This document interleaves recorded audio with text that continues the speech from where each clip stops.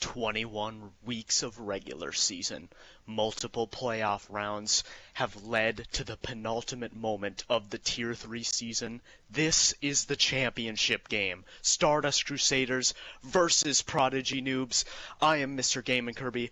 On cams tonight is Red Hood Kitty with the Silent Cast, and my co-commentator will be Charles Seven Tang. Hello, hello. A great series in hand today. Stardust Crusaders and Prodigy Noobs have looked so strong this season.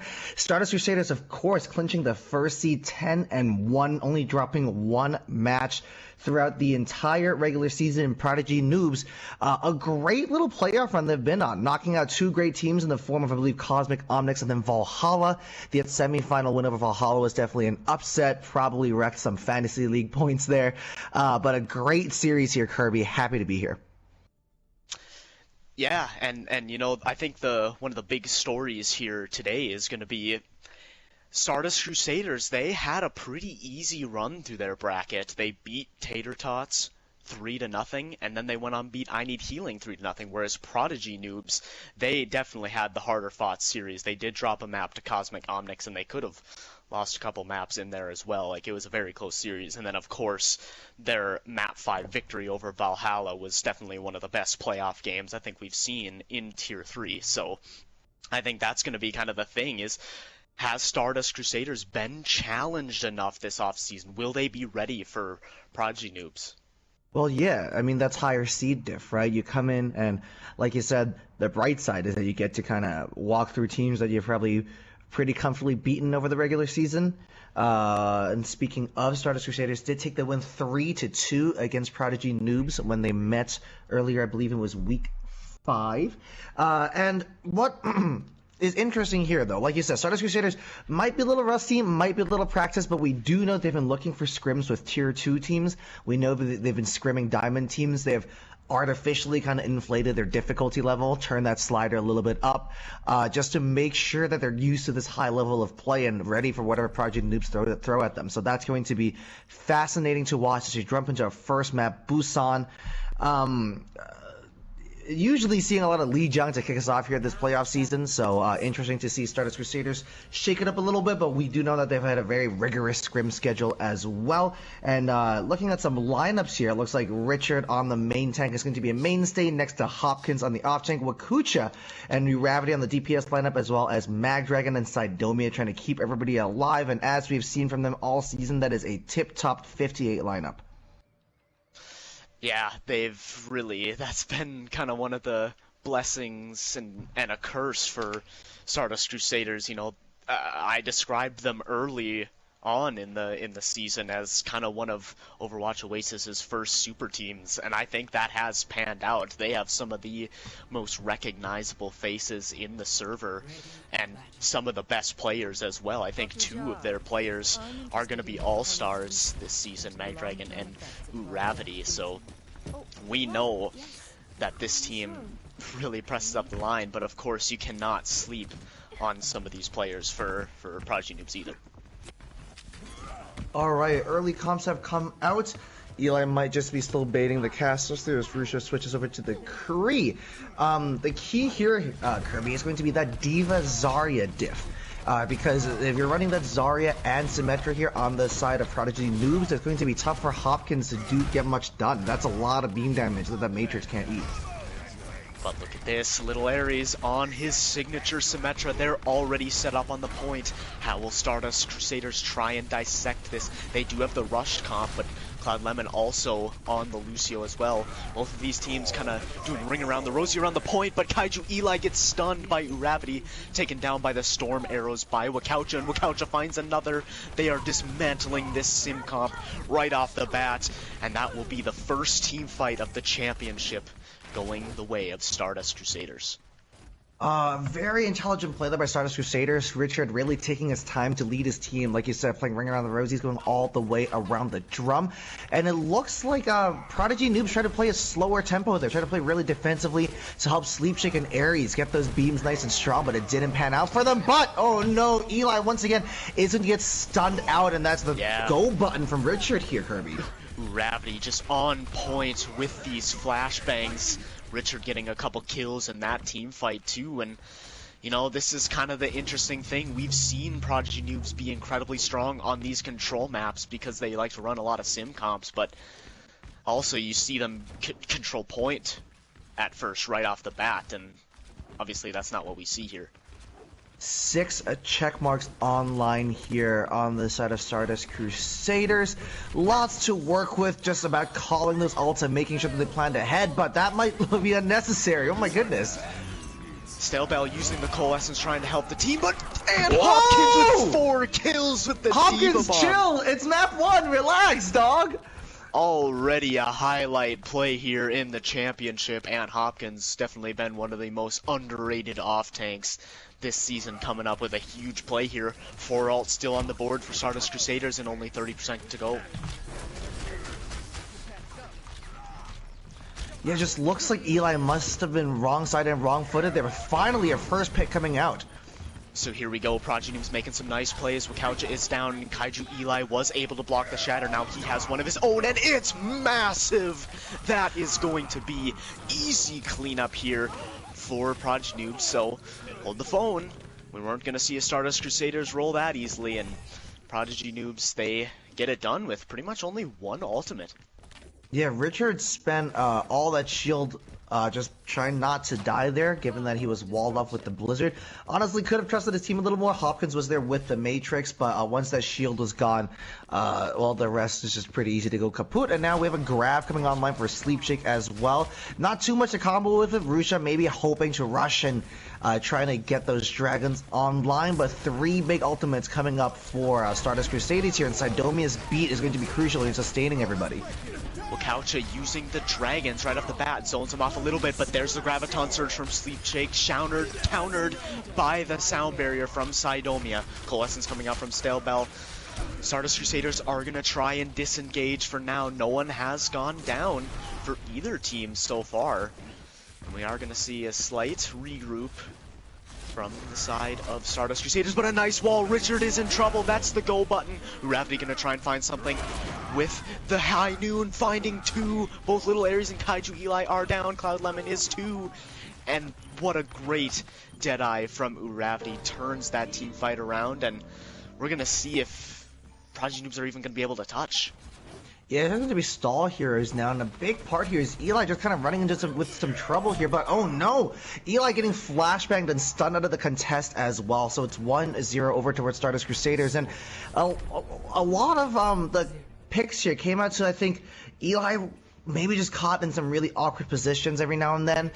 With a big healthy shield, you shouldn't be dying to a Deadeye twice in a round, the Diva Bomb as well catching them out, and a lot of times maybe just too much in the open, too far out of cover, the shield manager not being great or not being as optimal as we would have liked here, and of course it comes down to really good focus fire from Stardust Crusaders as well, but those shields are just getting melted on the side of Eli. Yeah, and unfortunately that is definitely one of the maps that you like to run sim on Busan. City Center is not one of them, so right off the bat Little Aries isn't even going to try on the Symmetra. He's going to go to the May. Alright, looks like Wakucha's on the Widow. Nobody to duel there, so that Widow's really going to be able to lock down those sight lines uncontested unless Rusha's going to come up with some long-range magic. And another great flashbang from Uravity. Flashbang 3 people. Wakaucha finding Rusha Rose. This is another great start for Stardust Crusaders. Good wall from Little Aries. It does split off the team, but is there enough follow-up? It does not look like it. All 6 members of Stardust Crusaders are still here, and they will capture this point here on City Center first, just like they did on Sanctuary. Yeah. No deaths in the first fight here, and looks like no swaps are going to come out to really counter Wakucha on the Widow. Diva is technically a counter, but with the way that this map is set up, that Widowmaker is going to be way too far for a burn of the jump jets to get there. Hopkins is going to take a lot of teamwork and a lot of resources to be able to get there. It looks like they're just going to stick with their playing that front line, and Wakucha is once again just left to free fire. Ooh, Immortality Field expended early by Magdragon and was not able to save Ant Hopkins. We did see Ravity get one with the Deadeye. Picks going back and forth, and Richard able to take out his counterpart, and that's a free shatter. No shield there, Richard. 3 kills in this team fight. Wakaucha also getting the headshot onto Rusha. Stagger on Sleep Shake for good measure, and yeah, Stardust Crusaders, they just look like a well-oiled machine right now.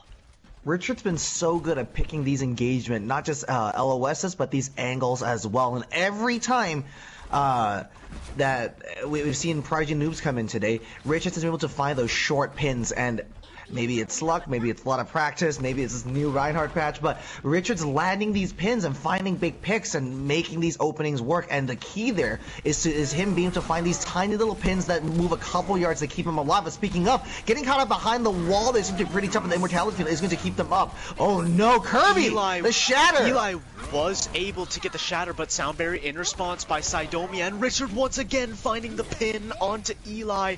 This is massive. Here comes the Diva Bomb from Sleep Shake. It finds Magdragon. That is a big healer off the board for Stardust Crusaders, but Ravity building up another Deadeye.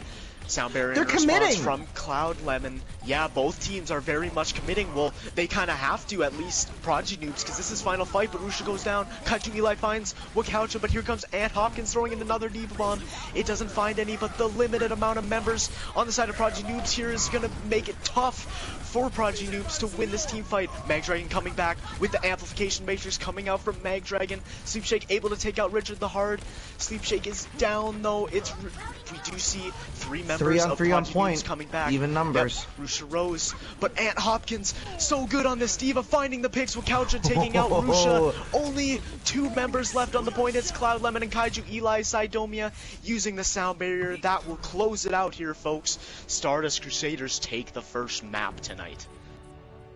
Once again, that fight, another bit of a Richard. If Richard gets caught behind the wall, very, very good Immortality Field is going to get popped out as well, though, from Sidomia to keep everybody alive. And a lot of resources being invested into Richard, and Richard's been repaying that investment handsomely. Once again, finding another early pick with the pin. Shield management looking great. Hopkins, that's disgusting. Oh my goodness. But yeah, getting a very well-deserved card as well. So intelligent with those pins today.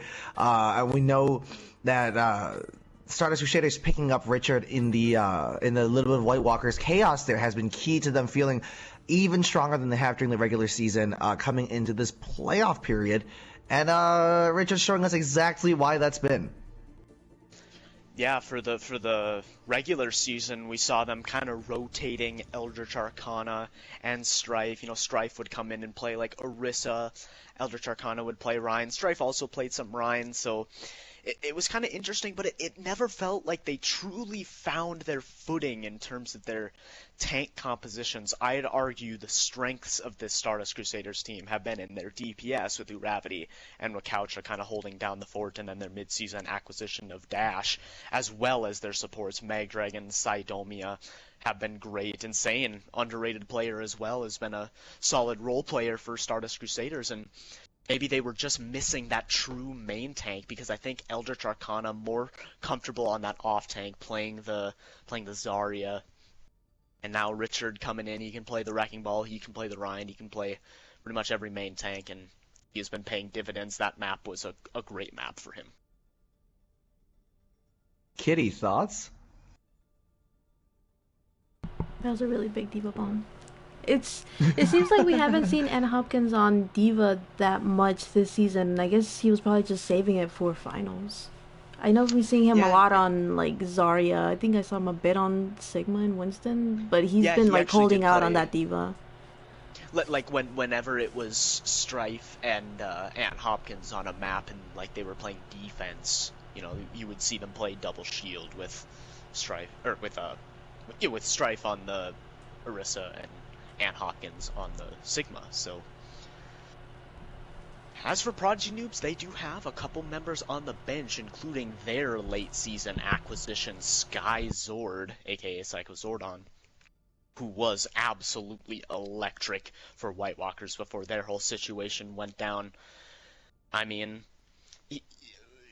there are not a lot of DPS Well, I shouldn't say that. There aren't a lot of roles he can't play. Like, if you want him to play Hitscan, he can come in and play Widowmaker at a high level. Obviously, if you want him to play Sim, he's incredibly good at Sim. If you want him to come and play Pharah, you've got so many options when putting in Sky Zordon, so I would be surprised if we don't see him come in here. Oh, hopefully he picks a hero that can stop Eli from getting flashbanged, because it's just Stardust Crusaders just kind of really putting all their resources into Richard, but also at the same time putting all their cooldowns into Eli as well, kind of like hyper focusing on the main tank here on the side of Prodigy, Noobs, and Eli. Unfortunately, as some in chat have mentioned, just getting the absolute full main tank experience for the time being, eating flashbangs, eating sleeps, eating freezes, all the things that you get to do when you play Ryan, and just kind of holding rectangle, hoping the Deadeye catches you and nobody else from your team. It's tough out there, and I think Project Noobs might have to recognize that and find a way to adjust their game plan that in a way that protects Eli a little bit more. Well, we'll even see if we continue to see Eli on main tank, because their normal main tank, Mexiagia, is on the bench right now, and Mexiagia, I mean, we can sing his praises all day. He's been one of the best main tanks in Tier 3 this season, definitely one of the reasons that this Prodigy Noobs' team has been so good throughout the season, so I'd be surprised if we don't see him. Prodigy Noobs actually have been running Eli on tank for the control maps, so I think we might see Mexiaguaya come in, and we'll see that that might be a tougher battle for Richard to win, because Mexiaguaya has been so great. And I'm moving on to Eichenwald. Probably still going to see our tanks be stuck on Rectangle Jail. Hoping sometime we get to see the Richard Ball come out to play. Remember, this is a first to 4 series, given it's a grand final, so prepare to strap in and be here for the long haul. Yeah, if it's a first to 4 series, why are we starting this late? Not the point. But Eichenwald is going to be interesting. Lots of Ryan play, lots of Ryan Divas. We see some double shield come out as well. That first sightline, just the first engagement, that first choke. Also a bit of a Junkrat heaven. We see some really interesting and creative Doomfist rollouts. And of course, when you come to Streets, all about castle control. And then point 3, once you get inside the bunker itself, kind of as much of a pure brawl map as you've ever seen before. One thing that Prodigy Noobs has kind of been known for this season is playing a lot of cheese comps, with Sim, maybe with some Bastion, some Double Shield, and now it's their map pick. Stardust Crusaders, they picked Busan, and obviously that worked out well for them. So now, Prodigy Noobs with their map pick, they're going to go with Eichenwald. Do we possibly see them, run a Bastion bunker comp, or maybe even the Sim? Sim isn't amazing on Eichenwald, but could work as well, especially on attack. And given that it's playoffs, both teams... Dinner, I had some mashed potatoes and gravy with some meatballs and green beans. It was very good. And what's your precast routine? Like how do you get in the zone? I just kind of start thinking about the two teams that we're commentating at any given point, and usually what I like to do with Overwatch is I like to go look at the heroes and remind myself of all the ability names, all the ultimate names, so that I don't get tongue-tied trying to think about them when I'm casting. And to be fair, sometimes that just... The reason I get tongue-tied is because of how chaotic things can get. But it definitely helps to, remind myself that... Reaper's ult is Death Blossom, or, the difference between Graviton Surge and Gravitic Flux, it's just a good way, especially if I'm a little rusty, which it has been a little bit since I've commentated. It's also, if you ever, a cool tip and trick that I'd like to teach you and everybody here in chat, if you find yourself getting tied up on ultimates and, ability names, a good way to practice is to commentate a We the Ops game. No, that's always... no. Stop it. Kitty's out. It's funny. I think it's a reasonable expectation that none of them are here tonight, except for, well, I was going to say Buttweiser might be here, but he is almost certainly going to go join his Tier 2 affiliate team, Sandbagging Smurfs, for the next season, if they do get accepted. So we can talk as much ish on We the Ops as we want. No, I'm just kidding. We the Ops, they had a great season. They just have a very interesting play style that I think a lot of people know what we're talking about. If you've watched like just one We the Ops game, you know what we're talking about. You know how you with you say like you're like with your boys on a just like like one of their houses, and it's just a bit of a silly night, and like you're making pasta at 2 a.m. and it's 2 a.m. You're with your boys, you're making pasta, and you're throwing it against the wall to find out if it's al dente or not. That's how I feel. Like that energy describes We the Ops the best for me. I mean, it was Throwing pasta at the wall? That's We the Ops? Yeah, and like just seeing if it sticks.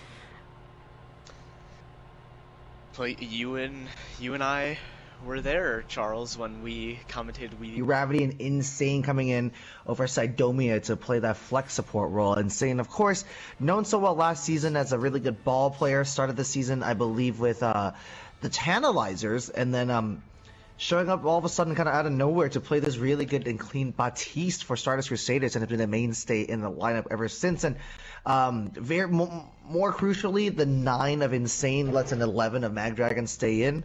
And Insane being a 9 is also fantastic bang for a buck. Really good value SR-wise for such a good player.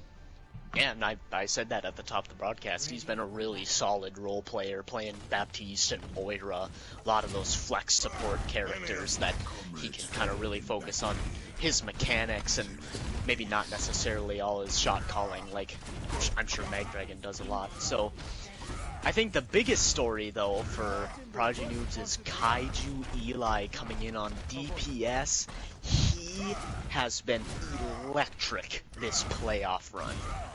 He almost single-handedly won them their game against Valhalla. He was just doing that good.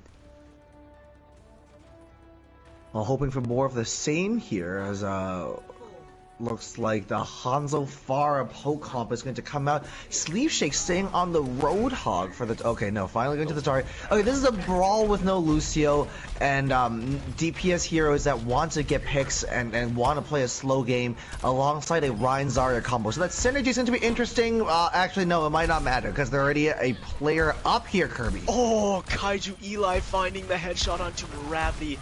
That is not the pick you want to see, losing your Mercy, no res available for Stardust Crusaders. And they even had the double hit scan from Uravi and Dash on the Ashe and McCree, respectively. But Sky Zordon, he's been amazing on this Pharah all season. He shows it once again, and that is a quick point A capture for Prodigy Noobs here. Looks like Stardust Crusaders just went ready for that far and were positioned in a suboptimal way, and then Skyzor was able to come in, do a double tap direct hit onto Magdragon to take this first point. And like you said, very unexpected given that there's a double hit scan composition going on here. Hopkins now helping Uravity jostle for this high ground to make sure Zordon doesn't get to do that again. Yep. Oh my goodness, Sky Zordon getting the concussion blast kill onto Uravi. Dash is able to find that pick. We'll see if KDB can get that res. Might be in too precarious of a position. Oh, nope, is gonna go for it, but sadly leaves Kaiju Eli to die. Insane with some good aim there on the Baptiste. Payload still moving through point B as it approaches the archway. Stardust Crusaders still kind of vying for positioning, trying to find that engaged target. Immortality Field expended from Tiny Shiny, and Bubble also expended from Sleep Shake. Is that the go button for Richard? He's getting close to that shatter. He finds it, but not gonna find anyone. Sky Zordon gets his barrage eaten. Richard accidentally falling off the map. That is brutal, losing your main tank like this. And even the one pick that they got on the Sky Zordon will get rezzed by KDB. Gravity the only one on the point here, and yeah, this payload is just flying through Eichenwald right now. So he kind of didn't fall off. Kirby. He just kind of, Richard just kind of slid off the map. Bit of a slip and slide off this Derving Castle here. The pin is going to come out, and can they touch? Yes, they can. Bit of a castle control diff there, but already a new fight starting off here, Kirby. Shatter not really going to find a whole lot, but the Fire Strike did connect onto Dash, and Hopkins still contesting the point, as is Richard. Bob actually getting 2 kills. This might be turnable, especially if Ann Hopkins wants to use the self-destruct, which he has. Katie rezzing in the middle of the team! Someone look at the Mercy! Wow. Able to sneakily res Sky Zordon. Ann Hopkins not going to use the Diva Bomb, and that will be point B being captured once they're able to take out Uravi. Somehow still on the point here. That will be it. So 5 minutes in the time bank, Charles, for Prodigy Noobs to capture this. This is unprecedented speed. Stardust Crusaders playing an incredibly reactionary style. We're not seeing them using Richard's shot calling to kind of take these advantageous positions, and we saw that win on Streets coming out, which is kind of purely based off the fact that Zordon was able to help everybody get this castle control. Prodigy Noobs kind of never having to give that up. The Shadow come out not finding anybody as well, but yes, guys were able to get that castle control, meaning that hit scan of Gravity of Dash. Had to play these really reserved, really unsafe and out in the open areas where you were A, taking lots of spam damage, and B, unable to get a really good angle on that Pharah. So very, very good positioning from Prodigy Noobs, and the Stardust Crusaders never were able to get a full fight together to go up there and try to dislodge that high ground. Both of the tank ults were used by Stardust Crusaders there. Ant Hopkins unfortunately kind of had his Diva Bomb get stuck. That could have been a huge one. They did win the fight anyway, so here we go. Lexi Aguaya, Esther on the payload right now, meets Richard, and there's the Amplification Matrix out from Tiny Shiny. Barrage out from Sky Zordon as well. Not going to really find anything good. Immortality Field from Insane. Another Immortality Field out from Tiny Shiny. Kaiju Eli finds a pick onto Arabi, and that gives the space for KDB to get the res onto Mexi Aguaya. And it's really only Ant Hopkins on the point here. Payload approaching the final stretch here on Eichenwald. Will we be able to see one more stabilization from Stardust Crusaders? Okay, they barely managed to touch the Graviton to come out, not catching anybody.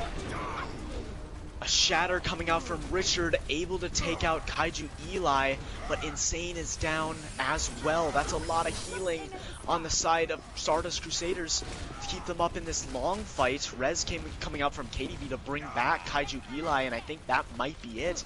Magdragon, can they get a res? No, they're going to get taken out by Mexi Aguaya, and while it wasn't quite as crazy of a time bank as maybe it could have been, almost 3 minutes on Eichenwald is still really good. Prodigy Noobs with a great response after dropping that first map. It just, once again, feels like, with all due respect, just looked for a little bit that Stardust Crusaders might just have all muted their mics there.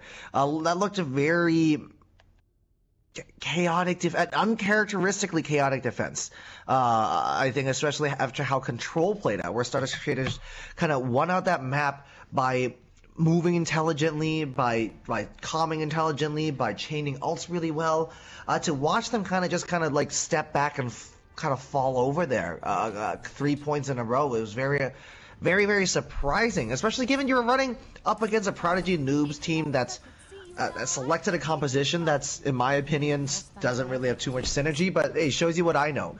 They had a Ryan Zarya next to a sniper and a Pharah, and with no Lucio to get that Ryan Zarya in place. But Mexi Aguila here, hey, I'll hold shield and walk forward as long as Skyward keeps getting picked. So very happy to keep doing that. Zord's going to stay on that Pharah as well. No surprise there. Eli switching off the Hanzo onto the Korean. On the side of the attack, looks like a Pharah is here to play as well. I'm assuming, nope, there it is. Dragon's going to, Maggie's going to stay on that Lucio, so committing Stardust Crusaders onto a very aggressive brawl style.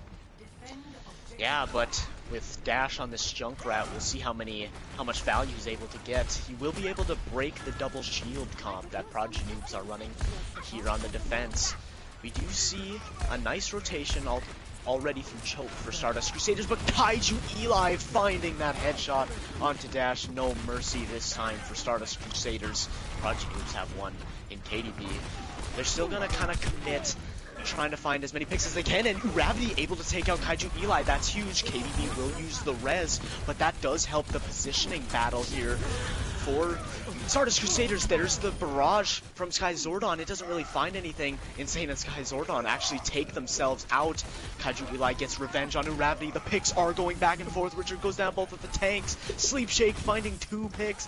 It's only Dash here and that will be a teamfight one for Prodigy Noobs. Great play there.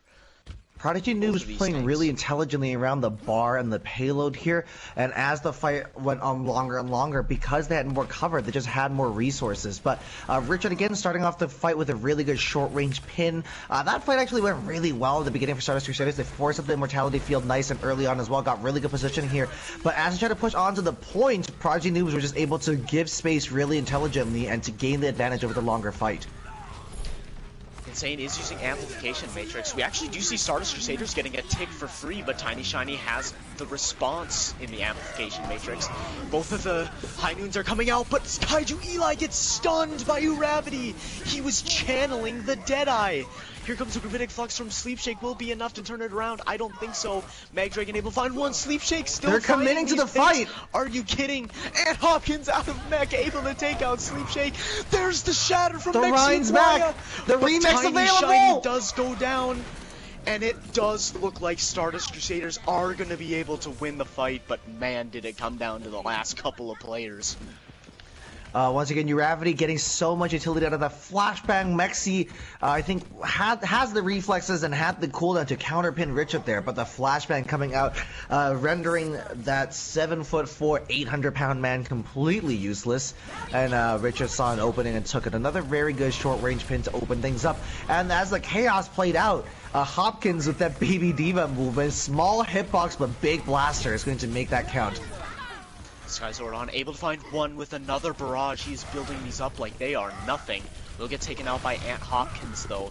We'll see if KDB can maybe get a sneaky res. Will be able to. Unbelievable. What? KDB showing that all-star play that we've seen in seasons past really coming to fruition here in Skyzordon.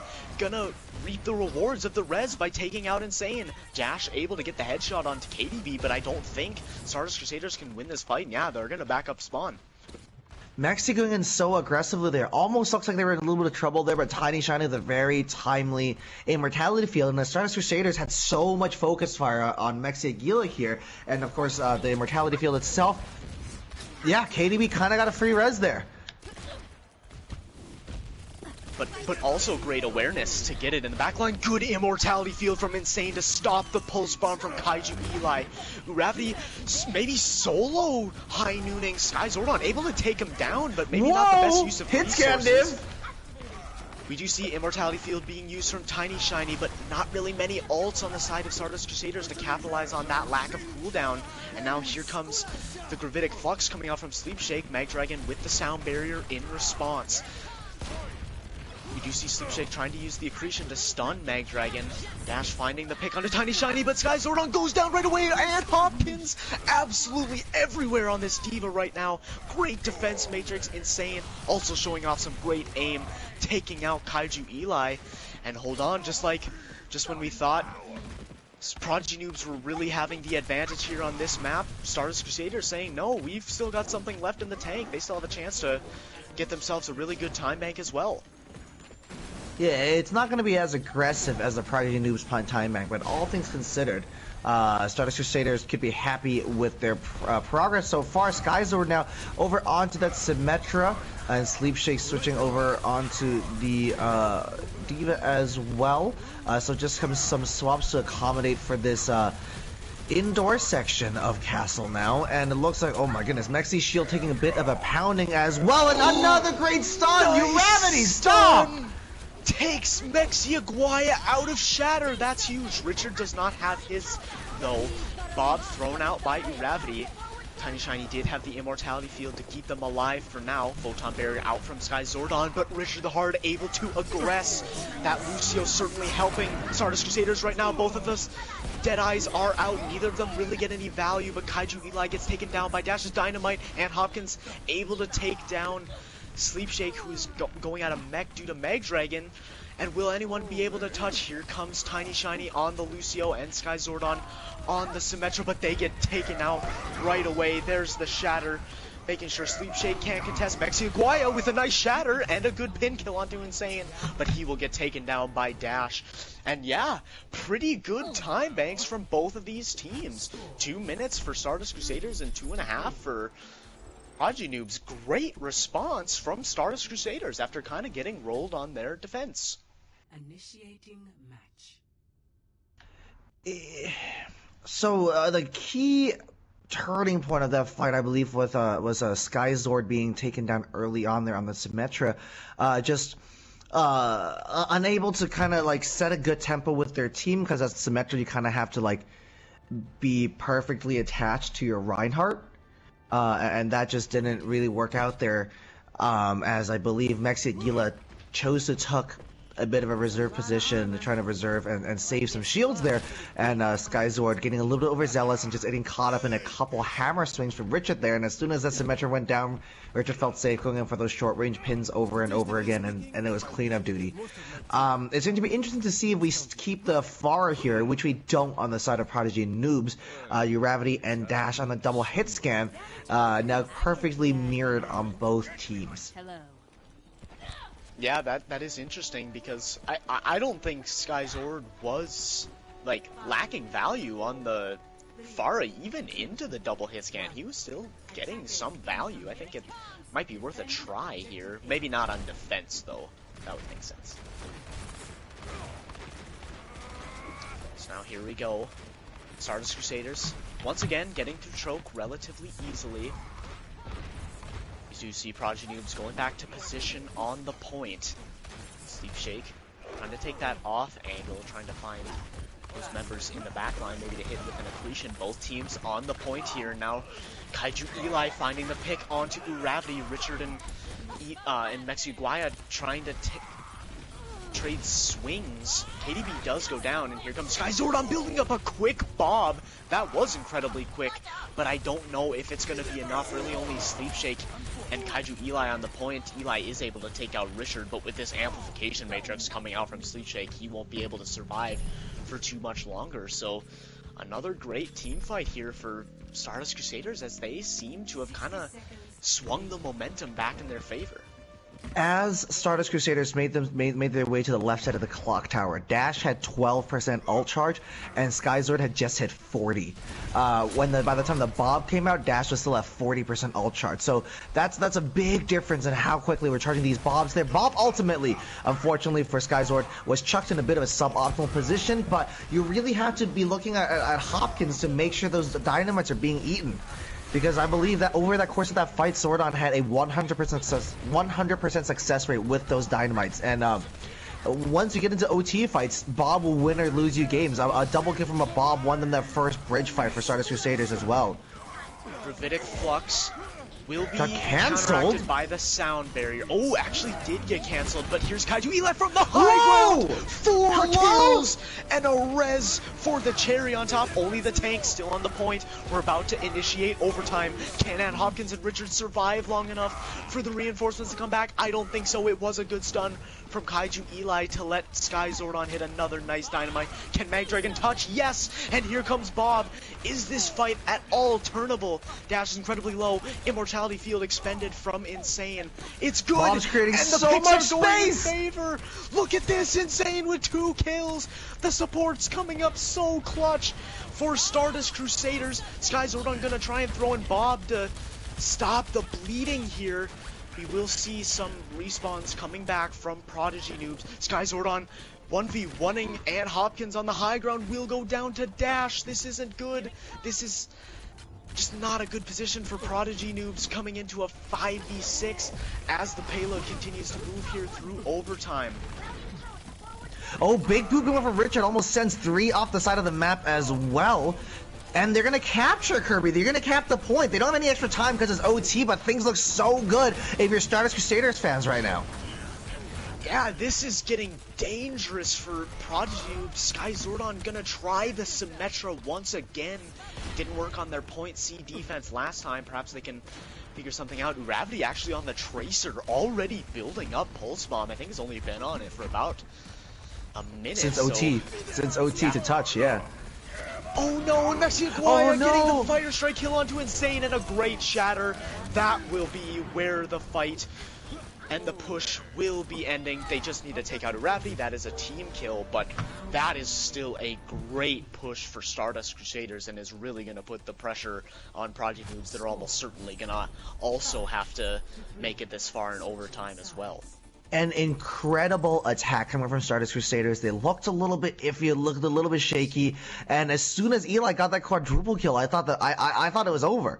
I thought we were going to be commentating the Prodigy Noobs attack, but the touch there was absolutely crucial. Insane with a double kill, and Zord on that high ground, unfortunately not able to land those shots and just kind of let Dash and Uravity run riot on the point. Richard coming back on the ball, the signature hero, was so very important. And of course, the stall heroes aren't ideal. So as soon as it got into Castle, we saw the compositional difference with nothing to deny the Fire Strike, nothing really to put through Insane's Amp Matrix, and then of course really nothing there to counteract the Shatter coming from Mexi Aguila as well. So a bit of a compositional difference after you switch onto stall heroes, but that's to be expected. Stardust Crusaders can be very happy with the work they did so far, and they're going to stick with the same composition. If it ain't broke, don't fix it, Kirby. Yeah, of course. Except Magdragon gonna go back to the Mercy, probably a more defense-oriented hero. Definitely gonna want that res. We're gonna see Skyzordon go back to the Pharah, but once again, the question is the double hit scan. They were getting some decent value, but all it takes is one pick, and that can just ruin your mojo right off the bat.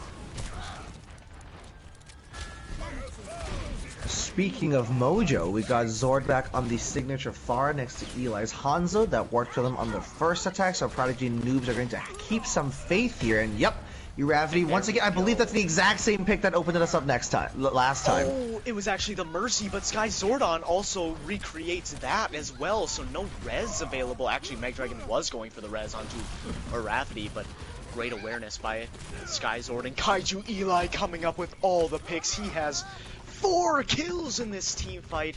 Absolutely remarkable from Kaiju Eli.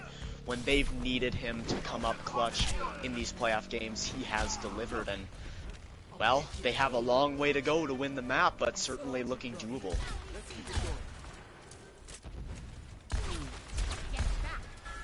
Alright, with 90 seconds on the clock here, ultimates are still coming online from either side. Might try to wait for Sleep Shake to get that grab. Nope, I lied. The Dragon isn't to come out right away, not gonna force Richard to— oh my god, no! Oh, great concussion blast from Skyzord. It feels like deja vu. This is exactly what was happening to Stardust Crusaders their first time around. This is unbelievable. Richard also got knocked off there, but then was caught on the ledge. That weird little outhang on the Eichenwald pit. Yeah, Richard ended up falling into that, so not dying.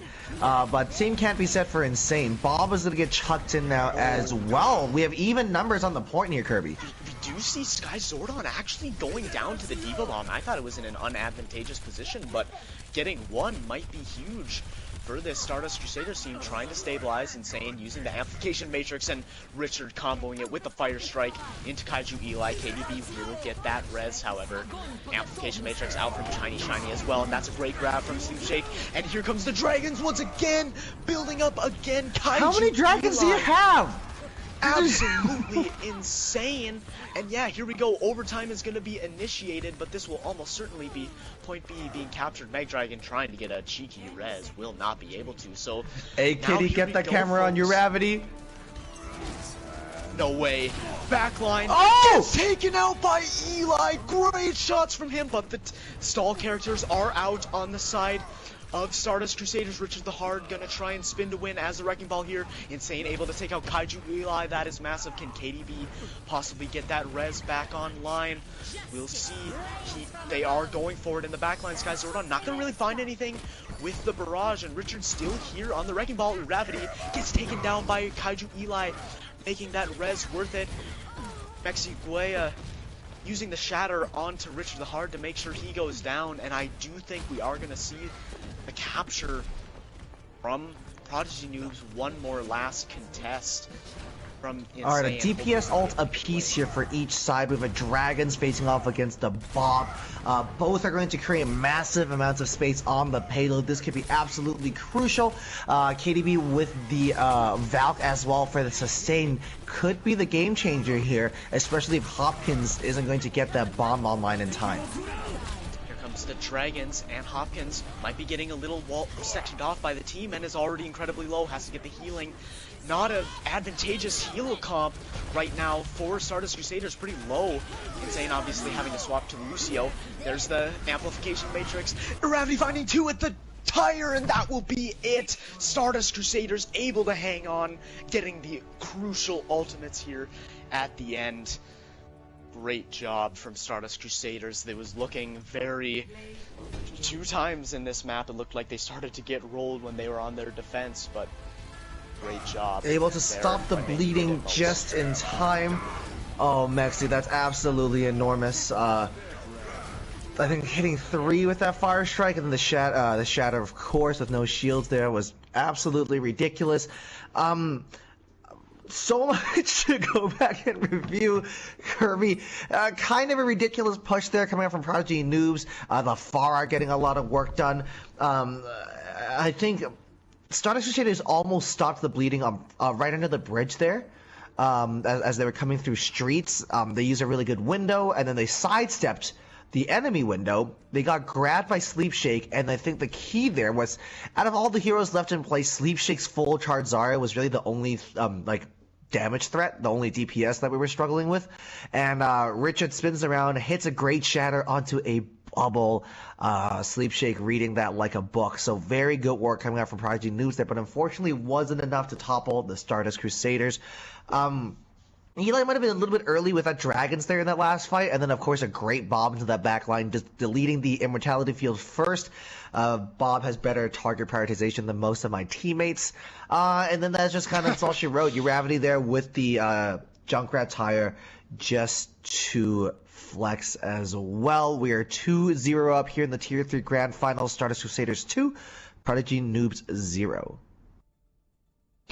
One thing to kind of consider as one of the storylines is a lot of these members of Stardust Crusaders were on that Corgi Core team that won back-to-back championships in Season 2 and 3.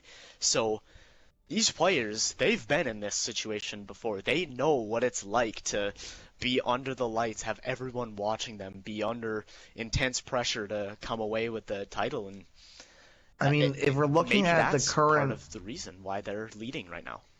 Absolutely. If we're looking at the current line, I believe Richard, Hopkins, Uravity, and Magdragon all have titles under their belt.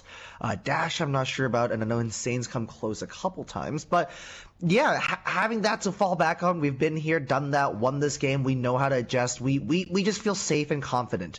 I think that's absolutely enormous, and that's, of course, why dynasties exist, right? Like the San Francisco Shocks, the Chicago Bulls, the Real Madrids of the world, how they're able to have that longevity is once you win, winning becomes easier.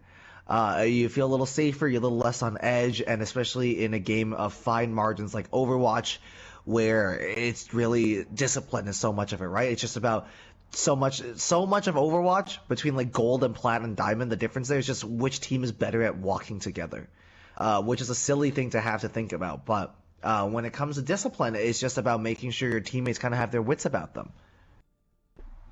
Yeah, for sure. And it's also, about minimizing those mistakes, as relatively, middle of the road players in terms of the Overwatch hierarchy. We're still prone to a lot of those mistakes that the pros have kind of weeded out of their game. Not saying that they're perfect by any stretch. They make plenty of mistakes as well, but if you can really know the tendencies that you have that can cause your team to maybe lose a team fight because you ulted too early or because you were in the wrong position, knowing that and being able to minimize those mistakes, that is also huge. And I think that is what we have seen from Stardust Crusaders. I think Prodigy Noobs trying to kind of enforce their style, trying to play really aggressive and maybe not thinking about they're thinking more about the macro of the game instead of the micro like Stardust Crusaders have been so far. We are talking about micro plays here. I just wanted to take a quick second to highlight Hopkins on the Diva. As chat has mentioned, absolutely all over the map today. Eating cooldowns, healing, getting positioning. I don't know how many people in chat here follow football or soccer. I played at a relatively high level, and there's a box to box midfielder. Is kind of like one of like the least sexy roles in the game. It's just about running, getting the hard yards in, being really fit, standing in the right place at the right time.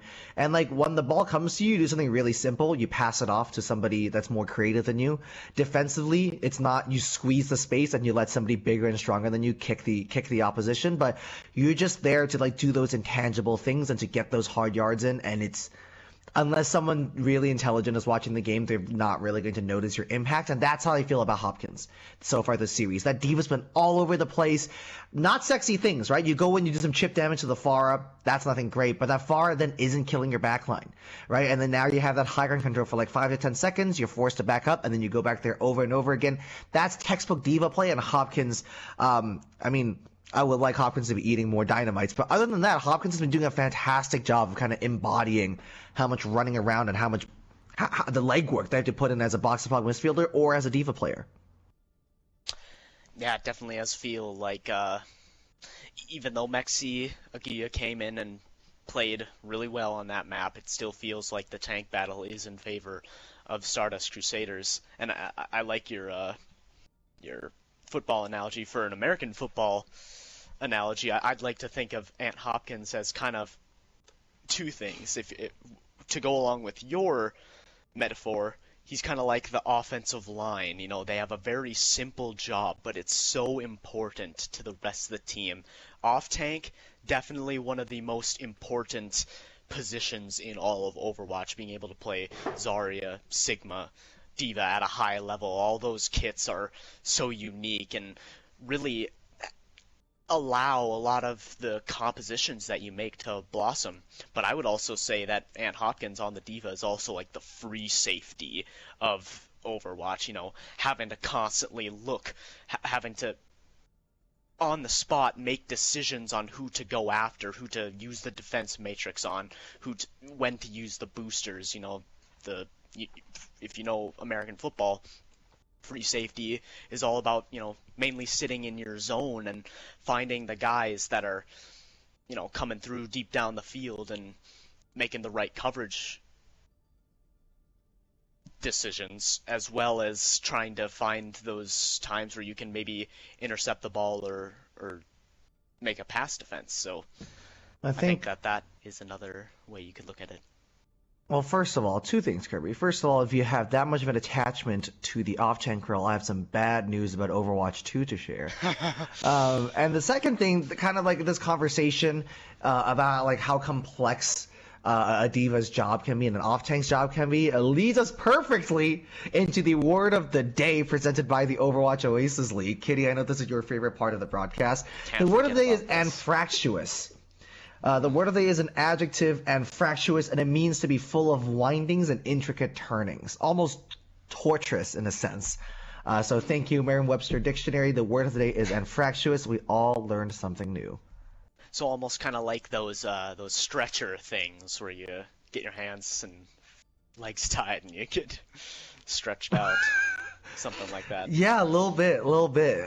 Didn't think I'd be talking about a Tower of London torture method, but here we are live on air. But Stardust Crusaders looked a little shakier than they have before. Prodigy Noobs definitely that was a bit of a wake-up call for Stardust Crusaders. Yeah, sometimes you can really get content. You know, you win the first map fairly convincingly, and you're like, oh, this should be easy. But they really did have to work for that game. But the fact that they, you know, did make those in-game adjustments to be able to turn that map back in their favor was just absolutely massive. And a lot of players coming up with great plays. Obviously, we talked about Ant Hopkins, but we also have to mention Uravity making so many great plays, actually standing up to Kaiju Eli, who has been so good this playoffs. He has actually been very comparable to him so far this series. And I would also like to shout out Insane for some great Baptiste play, great immortality feels, and using the offensive capabilities of Baptiste, which I think, you know, it is definitely the hardest part to master about Baptiste. You know, you can pump as much healing as you want. You've got regenerative burst, relatively easy abilities to do. But if you can combo that healing output as well as the damage, like that is just huge. And I think Insane's been doing that so far. Shout out to Mad Dragon picking for Stardust Crusaders to defend first. So Kitty doesn't have to go in and swap those entire teams out. Kitty, your thoughts on how the series is going so far?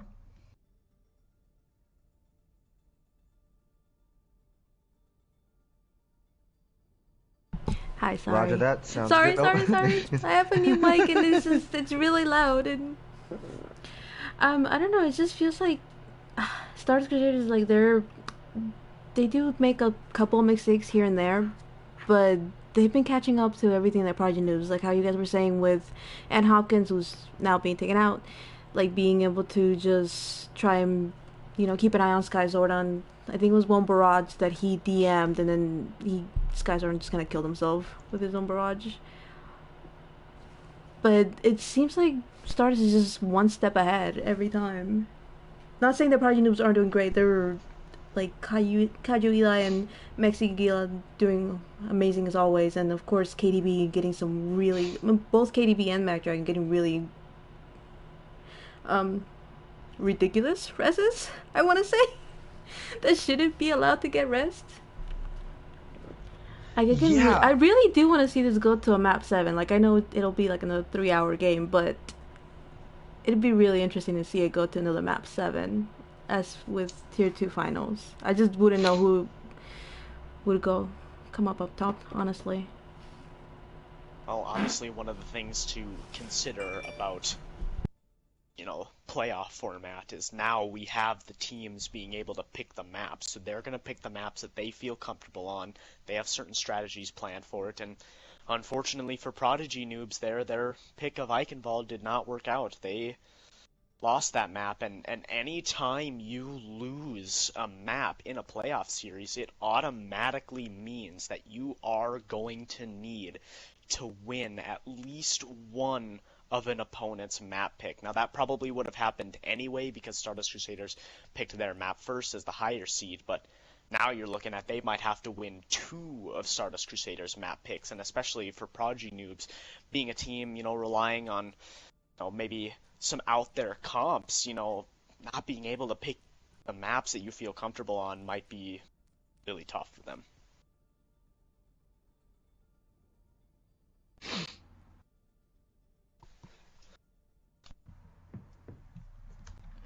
Alright, just waiting for the subs to be confirmed before we head in. Stardust Crusaders lead the series 2-0 against Prodigy Noobs, and as Prodigy Noobs looking stronger and stronger, but Volskaya is going to be, are they going to stick to the far here, Kirby? What are we thinking? I'm surprised it's not Temple of Anubis here, to be honest. I think that's some of the best maps for Prodigy Noobs. It'll be interesting. We do see Zoomsbury coming in, can play the Diva, can play the Zarya as well. I'm thinking we're probably going to see some Rhine Diva comps here. And maybe they kind of want to go to Volskaya Industries where you can use Diva to get to those high grounds, especially that spot on point A, that high ground that sometimes the defense likes to be on top of. So yeah, it'll be interesting, but I thought Temple of Anubis might be the pick here because that's a good Pharah map as well as a good Sim map. It'll be interesting to see what strategies they want to employ here.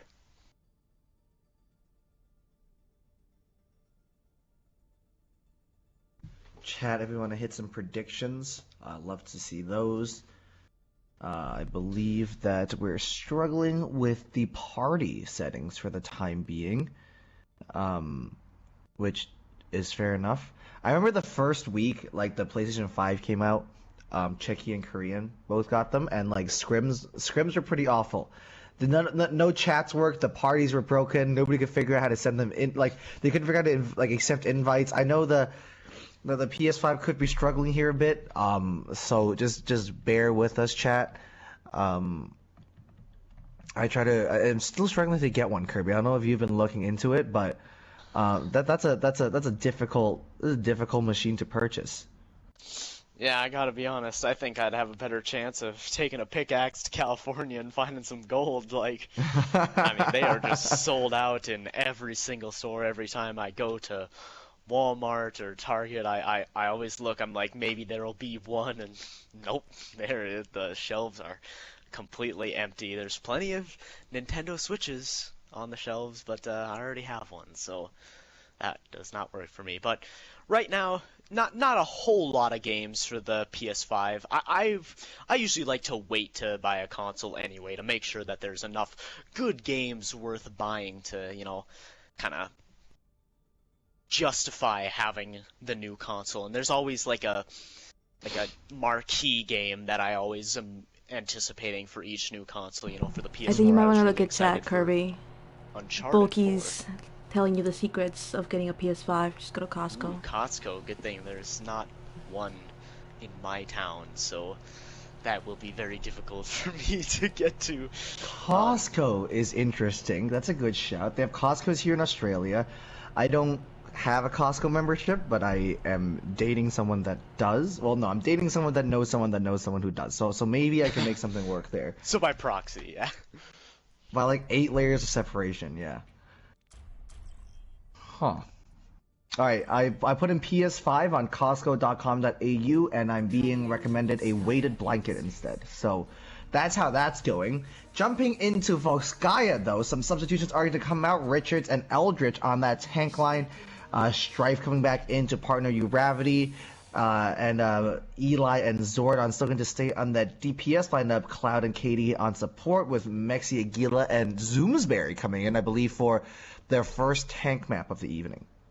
Yeah, same thing with Eldritch Arcana as their first map as well. We'll have to see if they can have similar to success as we've seen Ann Hopkins have. And I am very interested to see Strife here because he played a lot of DPS. He played mostly DPS for Core in seasons 2, 3, and 4, but has been mostly playing tank this season. But now coming back here in the championship, trying to find some value on the DPS. It's not like he hasn't played DPS this season, but it's been very few and far between. Obviously, right now, I don't know if you can justify putting Strife in on tank with Wasn't how well Eldritch Richard is start, right? Yes. Yeah, I remember we would give him support DPS sometimes. I think we give him but too many that he kept saying like, hey, I don't want it anymore, just give it to somebody else. So that was the thing back then. Anyways. Alright, the double flyers coming out here on the side of Prodigy Noobs, and okay, double flyers versus double hit scan. Those Mercies are going to have a lot of work to get done here. And Mexi and Richards are just going to hold shield at each other. Very cosmetic and decorative rectangles, as the fighting is not really happening anywhere close to them. Interesting to see Stardust Crusaders not really take the fight at the choke. They're actually going to go indoors to try and avoid this spam from the double birds comps, trying to find the angles to take them out. But Sky Zordon and Kaiju Eli being very smart with their positioning. Both of these teams on opposite high grounds. Richard is going to drop to the low ground, but Mexi is just going to drop off the map altogether. Yeah, technically also dropping off to the low ground, to be fair, Kirby. Yes, the very, very low ground is in at the bottom of the lake here at Volskaya Industries, and that will just be an easy team fight for Stardust Crusaders. Unfortunate start to the map for Prodigy. KDB going to get the res. I don't think that will be worth it in the slightest. Cloud Lemon is going to be able to get out, but yeah, unfortunate mistake there from Mexi Aguila. Maybe the stress of the finals getting to Prodigy Noobs right now. Ooh, good trade here. Sky Zordon does go down to Uravity, but Strife will fall as well. Actually, that's interesting because Magdragon won't be able to res Strife because he fell off the map, whereas KDB not going to be able to get the res on the Sky Zordon unless they've still had it on cooldown. And here comes Kaiju Eli duplicating the D.Va. If you watch the Overwatch League this weekend, you know how much these Echoes love to duplicate D.Vas. Gravity from the high ground, not able to get anything from the Deadeye except for Kaiju Eli out of mech, but that does not stop the D.Va bomb from coming in and taking him down. And it does look like after a brutal team fight in the previous push, With Mexiguai falling off the edge, Prodigy will be able to capture point A this time around. As the pincer came from Prodigy Noobs, they had the bulk of their forces are on their right side, but Eli coming on to the left with the Diva dupe. Richard going for a very risky pin, trying to fight this right side that didn't end up paying off there as the collapse for Prodigy Noobs was too much. And now Skyzord has the barrage online as well. Of course, lots of burst damage to have to work through as well as a Diva Matrix, so not sure if too much is going to come of it, but we can hope and dream. Well, Skyzord is not going to be able to use the barrage for the time being. Actually might be able to here because KDB will get that res. Both of the amplification matrix being traded out. It's a shatter coming out from Richard, but he goes down right away. Mexiguai also going down, not going to be able to use his shatter. Magdragon getting that res. Zoomsbury goes down to Eldritch Arcana, and it does look like this team fight is favoring Stardust Crusaders, and yeah, we're going to see Prodigy Noobs retreat for the time being.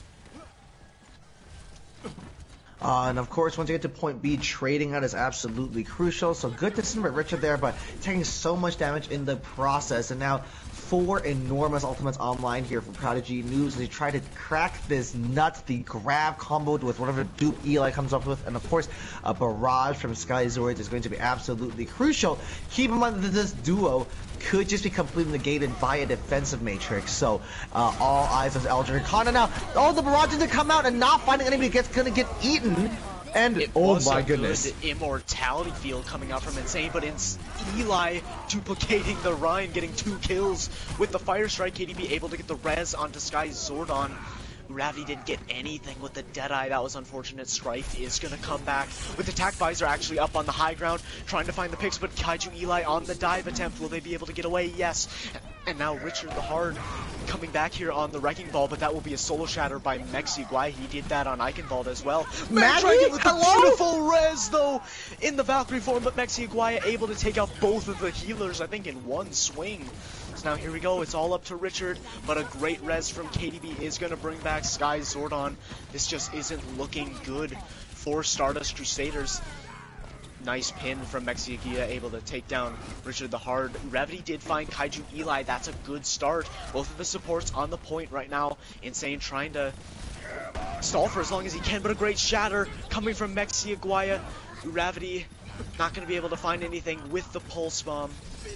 And the picks still continue to favor Prodigy Noobs right now. It's just basically solid. Gravity with the clip, though. Gravity, that's huge. Getting the kill onto KDB. Cloud Lemon is still here, so still a lot of healing on the board. Richard actually building up the mines. Cloud Lemon has to be careful, using the extra boots to get to the high ground. Sky Zordon finding 2 more picks. Zoomsbury able to take down Magdragon. It's only Insane and New Gravity here. Prodigy Noobs having a tough time taking down these recall. The solo grab! The grab onto Eldritch Arcana. Will it be worth it? Sky Zordon able to find 1 onto Strife, but the picks are still coming around slowly. Richard the Hard back again on this Wrecking Ball. Will get taken down. Magdragon the only one here with Insane. It still hasn't been a full 2 ticks in a stick onto KDB. Great lamp! This is unbelievable from Uravity, just staying alive right now, finding the picks, but Kaiju Eli building up a Pulse Bomb of his own, finally able to take down Uravity, but both of the tanks are back. Slam could be big, Bomb could be big. Bomb not going to find anything. Amplification Matrix being built up once again by Cloud Lemon. Can this be the ultimate that gets them the cleanup? They finally have 2 ticks. Mexiguai taking out Magdragon with the Fire Strike, and I think that will be Uravity touches. Gravity gets the touch. That they have to take him out here, surely. Strife on the high ground, back on the May. Further stall. Oh no! Strife's off the point! Oh no! Unbelievable how unfortunate. Was just barely off the point. Was getting Eldritch Arcana back on the Diva. That's even further stall.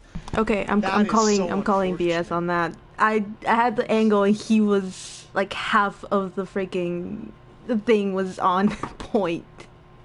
I don't know, Jeff. That looked a little no, like we can't say Jeff anymore.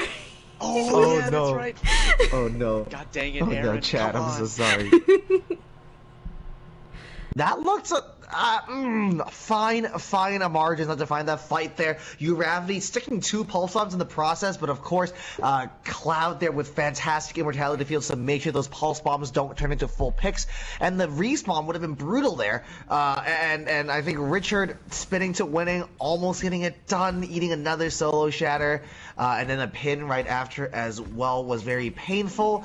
Very, very good stall strife, like you said. If they had ended up parking their icicle on point there, Eldritch would have made it on the D.Va back onto point, and who knows what timing we could be looking at now. That is a 2-minute stall, Kirby. That team wipe came at 2:10, 2:15, and we ended at 0:44. That's ridiculous. What's huge about the stall is Prodigy Noobs didn't get over a minute, so now all Stardust Crusaders need to do is finish the map, and they are guaranteed another attack on round 3 and 4. Double barrier coming out on this bunker high ground with the double hit scan. It looks like these teams have swapped DPS comps. And Richard's going to choose to lead their team up over onto this high ground to force them off, and a very quick rotation is going to come from Prodigy Noobs. They're not going to choose to fight here. They're going to fight these extra long sight lines on this back line.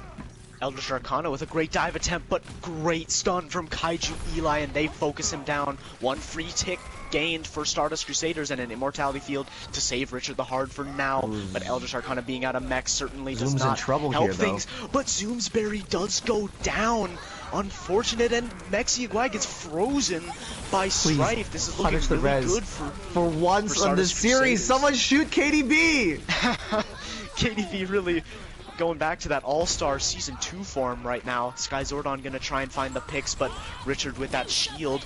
Actually, Sky Zordon able to build up the Bob really quickly, but Richard the Hard will be able to quickly boot him off point, but Sky Zordon able to take advantage of that. Strife gonna use the wall to wall off Bob as well. That is Bob going away. KDB all alone on point. This is certainly interesting. Maybe trying to look for a res, does look for the res, but will get taken out by Eldritch Arcana. So now here we go. Stardust Crusaders with a great time bank here to try and... I'm pretty sure KDB has gold objective time just from that fight alone. What was solo stalling the whole thing. Really good mercy movement to just zip in and out over the point over and over again, but really should never have been given the chance to do that. Should have been punished for that resurrection in the middle of Stardust Crusaders. Nobody looked at the mercy, even though both the tanks were dead. So it's not even a distraction diff there. That's just not focus fire, as the Deadeye is now committed. And it's gonna find 3! What a great play from Uravity! KDB able to take out Kaiju Eli, but 1 free tick already gained. It's almost 2 ticks. Kaiju Eli from the high ground, not gonna find anything because Mag Dragon uses the sound barrier. KDB trying to use the Valkyrie, but a great fire strike from Richard. This just might be amazing time bank. Only Mexiagua on the Wrecking Ball here, as well as Zoomsberry on the Zarya, but I don't know if it's going to be enough. Too much freeze potential from the Mei. Kaiju Eli back on the Tracer, but gets off for just a second, and what a great time bank for Stardust Crusaders. 4 minutes and 52 seconds. Gorgeous gameplay coming out from Stardust Crusaders. Just kind of walk to the point and be like, it's over here. You're routing the great triple kill with the Deadeye to open point B off, and Stardust Crusaders just a really good target prioritization and cleanup there. And finally, this is what happens when you focus on Mercy. That means they can't res half their team. So great fire strike by Richard. Usually saving the fire strikes for rip tires, so surprising to see it land on a more high priority target this time. But yeah, KDB there with a great solid point B, bought them a lot of time, but only good that did was to keep them a whole 5-minute time bank from coming in. They have 60 seconds to make something work. Yeah, I mean, you are looking at Prodigy Noobs maybe needing to get point A and point B to have a realistic shot at winning the map. Maybe they can snag a tick on B and hold on for dear life. Yeah, that looks pretty tough too, especially considering how good Stardust Crusaders have looked on these offensive rounds. I mean, they are just looking so coordinated, using their ults efficiently, constantly keeping Prodigy Noobs on the back foot. 3, 2, 1. 60 seconds. Yeah, Stardust Crusaders really set themselves up for success here. Not just with their attack, but their really good stall on defense. Or we could be looking at a 2-minute versus 5-minute time bank here, which would be a very, very different game of Overwatch. no flyers coming out on the attack from Prodigy Noobs either, so the double hit scan on the side of Stardust Crusaders might struggle a little bit to find a lot of value and consistency for the time being.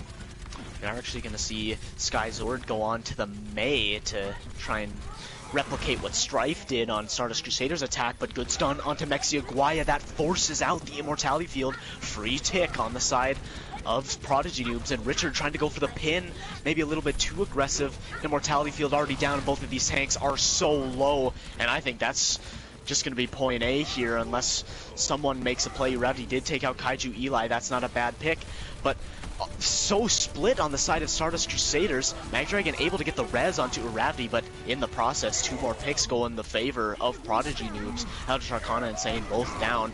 Mexiaguaya using the Shatter. That should close it out here. Magdragon using the Valkyrie, really the only one on point. Hopefully we'll get taken down very shortly. And that is point A being captured, but only 30 seconds. And like we said, they are definitely going to need at least a tick. Not sure about Magdragon's decision to use the Valk there. That could have been very helpful to help their team hold on here, especially given you don't want to give up too much capture percentage as the Blizzard comes out as well. Yep, a lot of ults on the side of Prodigy Noobs. 2 kills from Zoomsbury and a DMAC. Sound Barrier from KDB stopped Uravdi's High Noon from getting value, and this is looking so good for Prodigy Noobs. Strife trying to turn it around with the tack visor is going to get taken down right away. Kaiju Eli going to use the Deadeye to try and zone them off of point. Here come the respawns from Stardust Crusaders, but they've stalled before. They're going to stall again, Kirby. Yeah. We'll see Skyzordon getting 2 picks though, including the one onto Uravdi. Magdragon and Insane down. Really only Strife and Richard on the point here. Will they be able to take him down quickly enough to prevent any further stalls? It does look like it. And Prodigy Noobs secure both points. Kirby, my brain hurts a little bit. It should never have come down to this. As point A plays out, Stardust Crusaders just going to get caught in this corner here and take an obscene amount of spam damage. Like you said, Richard and Eldritch were low that entire point A, just desperately holding shield, unable to. They had the worst of both worlds there because they dropped off the high ground to contest the point. Then they took too much damage and had to back up, so they didn't have the high ground and didn't contest the point. They gave up 2 ticks, were forced to walk forward at 100 health each, get absolutely deleted. Magdragon uses a Valkyrie when there's only one other person on the point, just one teammate to heal up with that chain heals. And then they come in here, no chain heals to sustain, eat that Blizzard to the face. These feel like self-inflicted injuries, if I'm being honest. I'm a little frustrated. Yeah, definitely not the defense that Stardust Crusaders were looking for. But you gotta give a lot of credit to Prodigy Noobs only using the Shatter to capture point A. They had pretty much every other ult in the bank to be able to take point B, and they used them well there on point B. Yeah, no, absolutely. We said Prodigy Noobs would be good to get 1 tick. Well, they got 6 online here, so guaranteed another round here if Stardust Crusaders are able to make anything out of their full 5 minutes to come out with a very standard brawl composition, the Baptiste Lucio, which has been meta for so very long. Mirrored lineups all across the board. Is going to be fascinating to see how this plays out. And of course, thank you, Kitty, our lobby host, for lining them up in, main tank, off tank, hit scan, flex DP, all fantastic work by Kitty to get that symmetry online as well. For sure. Thank you very much, Kitty, for all your very hard work in the server. We do see Uravdi going down right away, so that's a good start for Prodigy Noobs on the defense here, but still a long way to go, over 4 minutes needing to defend both of these points. It is still theoretically possible for Stardust Crusaders to maybe cap with over a minute in the time bank and force a guaranteed draw at least. There's the wall from Skyzordon, not going to do a whole lot as Stardust Crusaders just go the other way. And there's the pin onto Mexiaguaya, but Richard goes down, he's punished. Eli already has the Deadeye, takes out Uravdi. Cloud Lemon also using the Amplification Matrix to clean this team fight up, and Strife and Insane in a rough spot. They are going to get taken down, so there we go, another team fight for Prodigy Noobs. They're looking pretty solid on this defense right now. Maybe Stardust Crusaders a little flustered right now. Yeah, they look just a little bit scattered, look a little bit unsure and unconfident in themselves, but a win here then puts them onto a championship point at 3-0. So, dig deep, folks. Just like Crypto said in chat, we dig deeper. And it's these clutch moments that can just define a final, and a big shadow, but a bigger blizzard is going to come out. Yeah, the blizzard is huge. KDB does go down, but Strife and Richard are also down. Ravi from the from the low ground had his Deadeye completely blocked by Mexi Aguaya, and it does look like we are going to see Prodigy Noobs get another team kill, but they did lose a couple members. They're going to be on their way. Luckily, one of them was KDB. They'll be able to tax Mexi Aguaya and get him back really quickly. 4 ultimates online here for Prodigy Noobs now. We know the Deadeye works. We know Cloud's great with these matrixes as well, so a lot to worry about. Eldritch with the bomb hasn't been able to get too much done. It's not the greatest ultimate as far as the playmaking ability goes. It's much more utilitarian and space creating as anything else. Insane with the solo window on that high ground. He's going to mow KDB down though. Fantastic triple of headshots coming out. That's huge. Oh, a lot of resources Diva Bomb, used. very interesting. Both of the Diva Bombs coming out. The Deadeye finds 2, and Zoomsbury Diva Bomb is just better than Eldritch Arcana. Great job from Prodigy Noobs to be able to defend against that. They had the Immortality Field as well as shielding from Mexi Aguaya, and to be fair to Eldritch's bomb there, Strife did throw a wall up in front of it. So yeah, like I said, walling off your own Diva Bomb, that's rough times, chat. Oh no, so a little bit of anti-synergy with that Mei there definitely is possible. Now Eldritch Arcana gonna go ahead and swap off the Diva over to the Zarya here.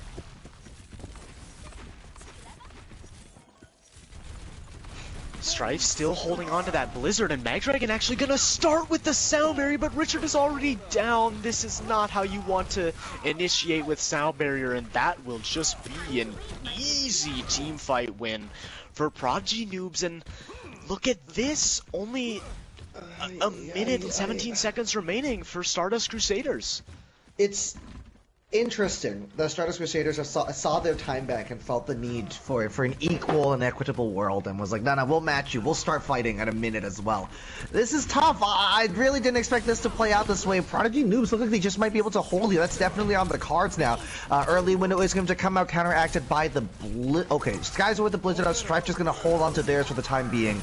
Strife now throwing in their Blizzard, and no Immortality Field from Cloudlemon. He used it early, and this looks like the team fight that Stardust Crusaders are going to be able to win. They did a good job at backing away from Sky Zordon's Blizzard, and Strife with the good counter Blizzard will get them point A, but now that you could argue point A is the easier part. Point B is where the defenders have the spawn advantage, so only having about 50 seconds to get it is definitely going to be tough. Yeah, point B is going to be absolutely brutal. They have to capture all 3 points, Kirby. I don't have too much to say here. I think maybe a Shatter is going to work some miracles here. Richard is a playmaking main tank, so that could be enormous. Eli's Deadeye is going to be absolutely crucial here. Uravity and Insane comboing the amplified High Noon. Uravity actually just going to walk forward, not get anything with it. Shatter, a great stun from Uravity as well to stop Kaiju Eli. Actually, Mexi Aguaya from hitting the Shatter, but Kaiju Eli able to get the Deadeye kill onto Insane. Magdragon gonna try and turn this teamfight around with the Sound Barrier. Gravity able to find one. There's the grab from Eldritch Arcana, but as well the Diva Bomb from Zoomsbury. It doesn't find anything. Strife able to take down Mexi Aguaya, but there is still a long way to go for Stardust Crusaders. Here's KDB able to take out Eldritch Arcana. Every pick that the defense gets is so crucial as they have the spawn advantage. Gravity goes down, and I think this is going to be Prodigy Noobs getting a map here. Immortality Field out from Insane. Richard gonna try once again to spin to win on the ball. Magdragon does go down to KDB, and Sky Zordon building up that going Blizzard, to be brutal. freezing Richard. No one else is going to be able to touch, and there we go. Prodigy Noobs able to take a map and get this series to 2-1. I just think 5 minutes in the Kirby, my head hurts. That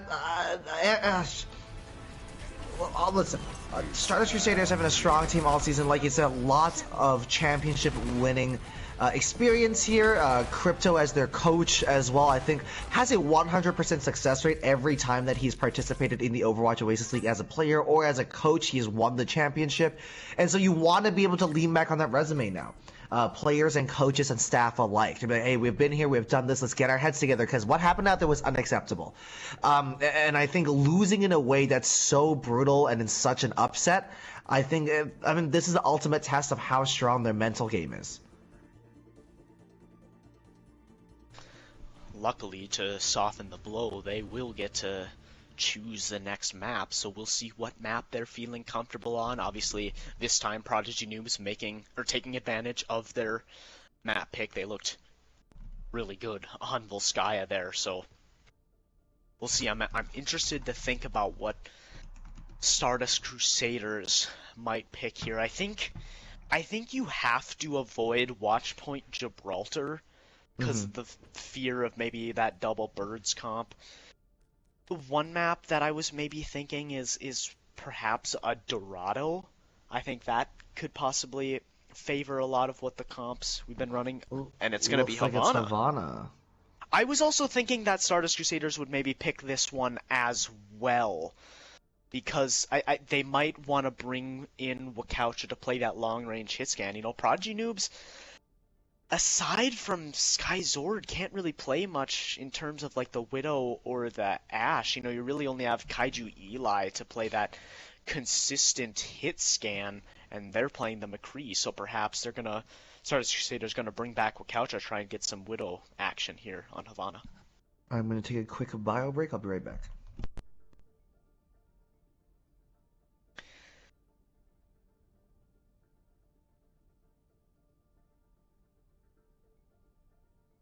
We'll have to see if Ant Hopkins comes back in.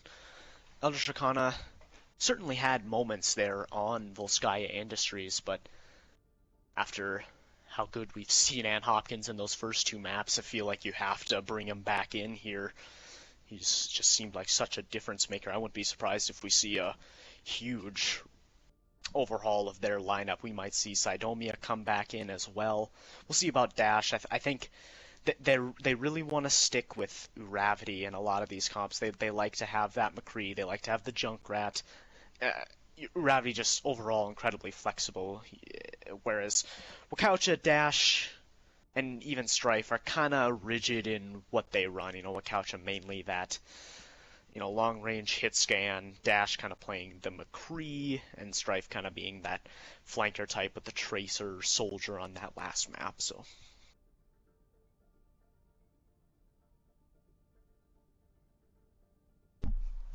Reflex, don't tell me what to do. I'm doing my job, being okay? BM'd in chat.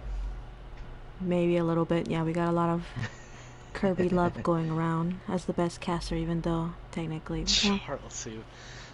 And Reflex telling me what to do. I wouldn't be able to be doing as good of a job tonight without Charles here. I know he's not typically one to do color commentary, but I think you are doing a fantastic job tonight. I always love commentating with you, and I love doing color with you as well, but I definitely wanted to do play-by-play tonight. I love Tier 3, the experts. I don't know, I like to have... I wanted to be the voice of the finals this year, especially since I wasn't able to do it last year as I was in the championship as a player, so... How did that go? Well... Yeah, how did that go? Obviously, we, based on recent developments, Beats Planet actually won that game from... That is fair. That is technically true. That's fair. Kitty and I had to take that L. I mean, Reflex did too, being in chat, you know. There's rough times out there. Rough times out there. Well, you kind of did take the L, Reflex, so just saying. We all did. It's cool. How's that mac and cheese? But one thing I was gonna mention that I have not mentioned yet is our Tier 2 championship ended with Iconic Noobs taking the win, so wouldn't that be something if we saw both the Noobs orgs win their respective championships. That would be crazy. I don't think we've ever seen that in Overwatch Oasis history. We've had a lot of teams, have their sister teams, between Tier 2 and Tier 3, or Tier 1, Tier 2 and Tier 3, or old Tier 2 and Tier 1, like, we've seen a lot of sister teams, but I don't know if we've ever really seen two of the same organization win in the same season, so that would be a pretty unprecedented dominance from one org in one season, and they've definitely earned it.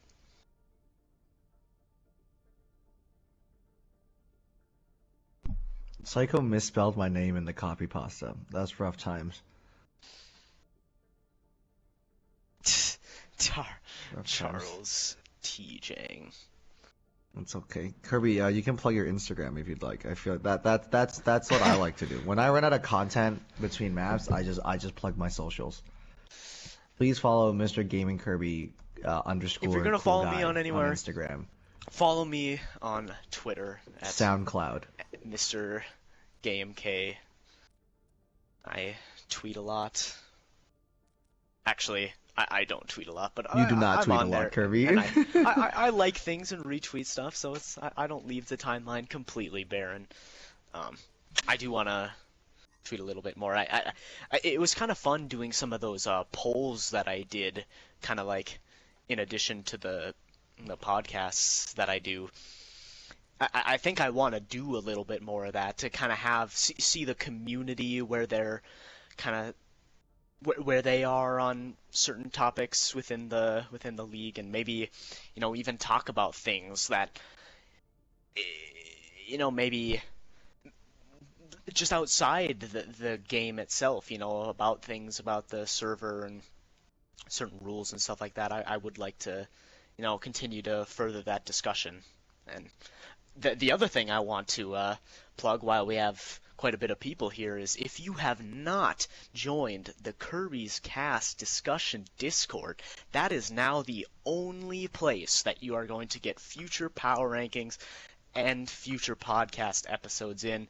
We have discussions every once in a while. There's a Q&A channel to send some questions if you want. Like, if you have not joined that yet and you have wondered, like, where are the power rankings? Where are the podcasts? Actually, I will say the power rankings did take a little bit of a hiatus towards the end of the season, but there's podcast episodes there for you to enjoy.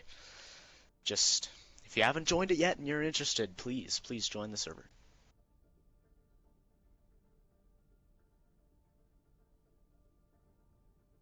I think I have a link on my Twitter at Mr. GameK, and then I think I've posted it in self-promotion a couple times. I can do it again. I believe Kirby is also going to do a segment on why this season's Tier 3 support All-Stars are the best we have ever seen in the history of Overwatch. So stay tuned for that segment.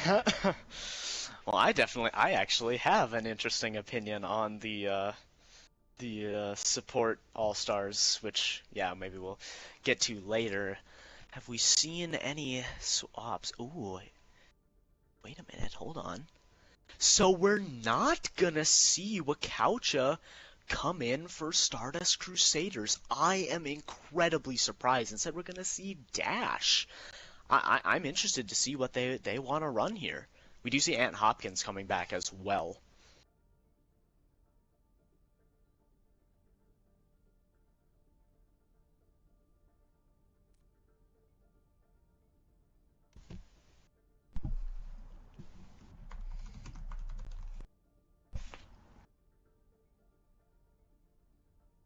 Yeah, no. Wakucha is interesting. Not playing one of the best hit scan players in Tier 3 is a creative decision, but we've seen teams succeed on Havana without playing the sniper because if you really think about the way fights play out on Point A, the more creative and exciting teams are able to circumvent the need for a sniper by taking some interesting pathing and taking some good cover. And of course, once you get into Foundry, it's all very close range. The Widow's not going to get too much work done. Maybe a Hanzo might, just with the extra mobility. And very rarely does it, I mean, it doesn't often go into points, the third point anyways, towards Castle. So, could just be a scenario. Yeah, could just be a scenario in which, you know, you don't. They're deciding on a game plan that doesn't really require a cracked out hit scan player, right? And we know from playing our ranked games and watching the Overwatch League that a spawn camp is also a perfectly viable strat here. Let's see. Do we see the swaps yet? Yes, we do see swaps coming in on the side of Prodigy Noobs. We're actually going to see little Ares come back in, and Tiny Shiny also come back in. I think they played the first map, or did they play Eichenwald? Was that Stelbell? I frequently get Tiny Shiny and Stelbell kind of mixed up because they have similar names. They both have like that rhyming thing. Both have a number It was at the Stelbell. end of their... Stelbell was map 1. I think Tiny's only played this map and map 2. And I think they played on Eichenwald as well. Yeah. Yeah, I think it was Stelbell and Cloud on the first map, KDB and Tiny Shiny, and then on the last map it was Cloud Lemon and KDB, so now we have Cloud Lemon and Tiny Shiny, and yeah, definitely not surprising to see Prodigy Noobs lean heavily on Cloud Lemon. He has been an excellent support all season. Definitely one that I think deserves a shout out in terms of support all-stars. Definitely one of the best of the season, and also kind of, you know, stepping in after Boss unfortunately had to leave this team. You know, I feel like he's kind of one of the in-game leaders, and he does a really good job at staying alive, positioning well, and using his ultimates efficiently. I mean, exactly what you want from a flex support, right? Like, if your main heal is going to be on Lucio, on Mercy, kind of zipping all over the place, you want your flex support to stay alive, be in safe positions. Cloud's also, just from my experience, a really good ult tracker. And is always able is really good at like knowing what cooldowns the enemies have, and is always willing and able to call them out. The best ult tracker I think I ever played with is probably Kitty, because whenever you ask what ults they have, Kitty will tell you like down to the percentage point what they have. And like when you VOD review, she's plus minus 5% always with ult tracking. So things are working out. So here we go, heading to Havana. Neither of these teams at championship point yet. Score 2-1 in favor of Stardust Crusaders. Can they bounce back after maybe having a disappointing and possibly booming performance there on Volskaya? Certainly a chance to put this into match point, and they weren't able to capitalize. Now they're back on their map choice. Waiting just for some pics to come out. Havana's always so pretty and colorful. Speaking of pretty and colorful, it's June, folks. So, hey, putting the gay in gamers. Happy Pride Month, folks. Appreciate you all being here. I will very soon link in the Discord a YouTube video titled "Every Overwatch Hero Saying Gay." It's one of my favorite. It's some of my favorite Overwatch content. But yeah, happy Pride Month. As a queer person myself, I just want to say that my favorite part of Pride Month is probably the Bank of America float. I think something about a financial institution that's too big to fail really makes me feel represented and seen in the community. So shout out Bank of America as well on this Pride Month. Yeah, for sure. We are a server that really prides ourselves on our inclusivity. We have several members of the LGBTQ plus community here, and if you are a random coming across that and you are in that group and don't feel like you have found a place to belong, we definitely are a server that will allow anyone to join regardless of race, religion, or creed. But to get back into the game, right now we do see regardless of race, religion, and creed, you're also allowed to be in CC jail. And Dash obviously definitely eats a flashback to the face nice and early on. The spawn camp looks like it's working out.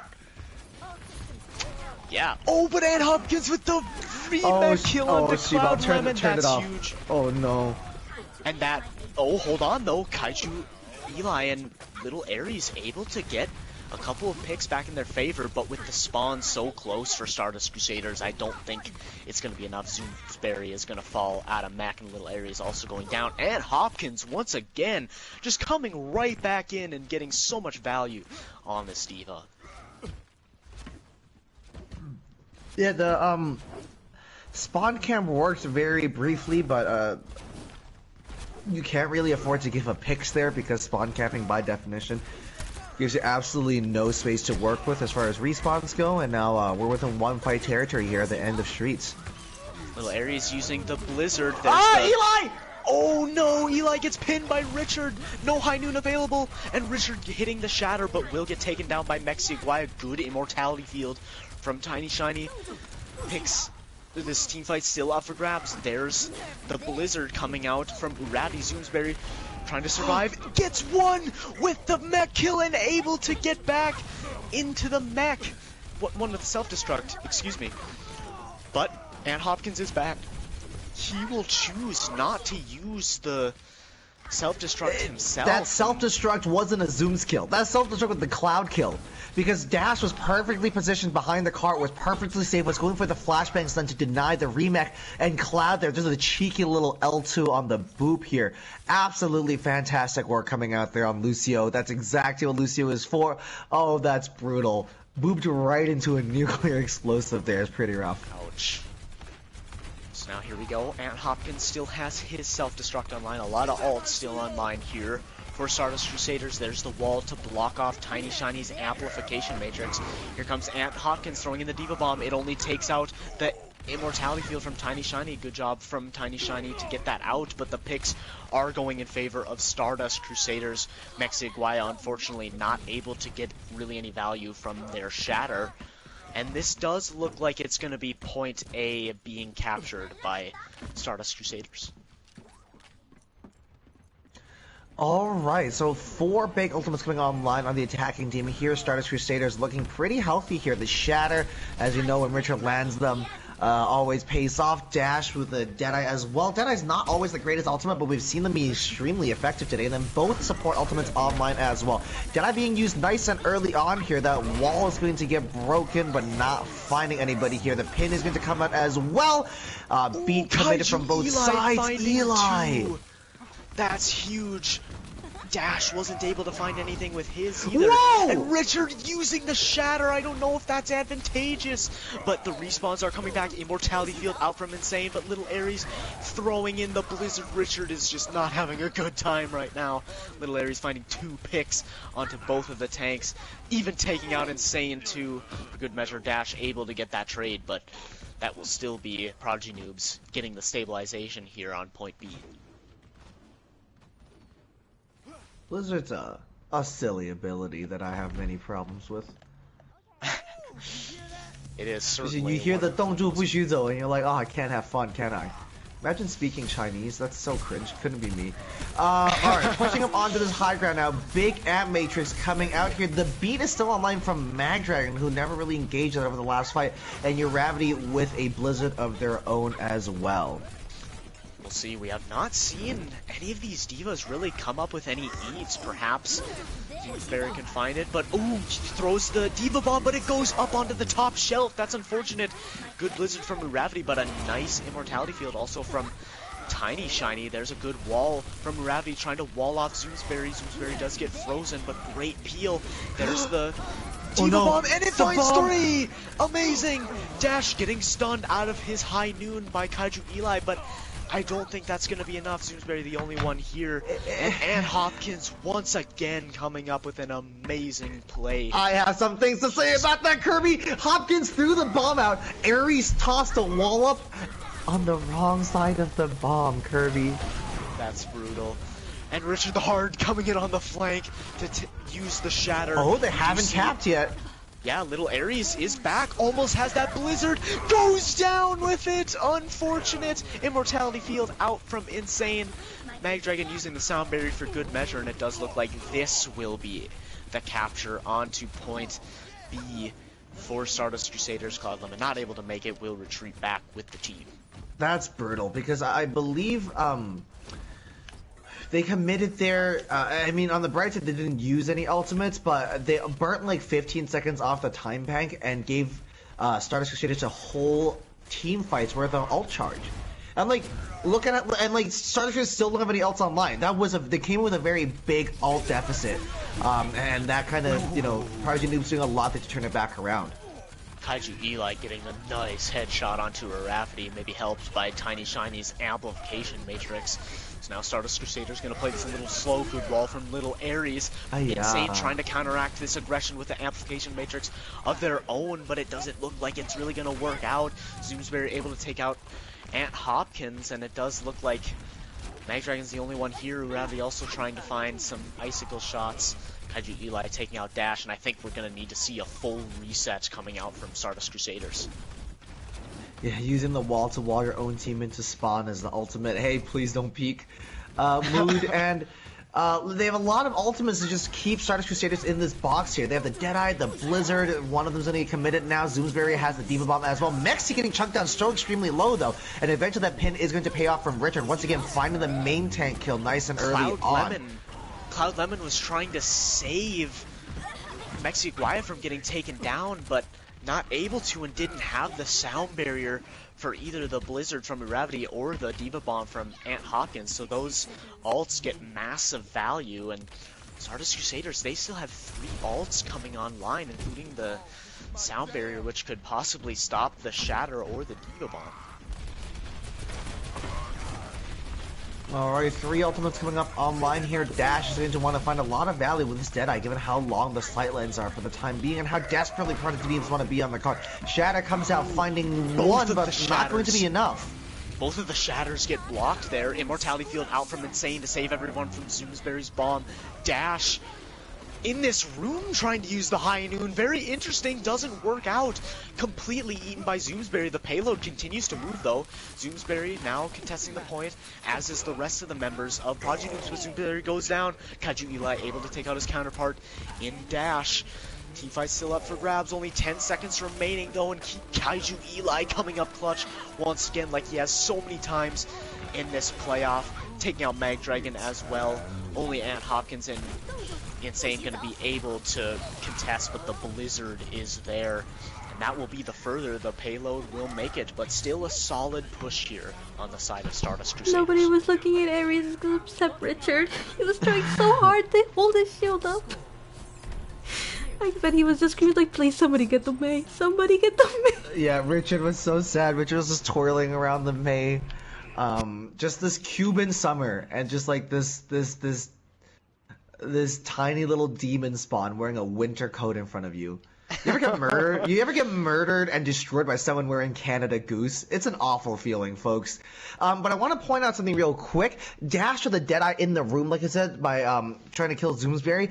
Dash actually was in a very good position with the Deadeye, but Zooms went in and shoved him in that room. Just like I was shoved in lockers for most of my life. And Zooms just had a bit, Zooms ended up eating the Deadeye and getting D-Max there, but really good work by Zooms to spot that trouble. And like we say, playing Diva is like playing box-to-box midfield. You just got to get the dirty work done. You got to put the legwork in, and that's exactly what we saw there.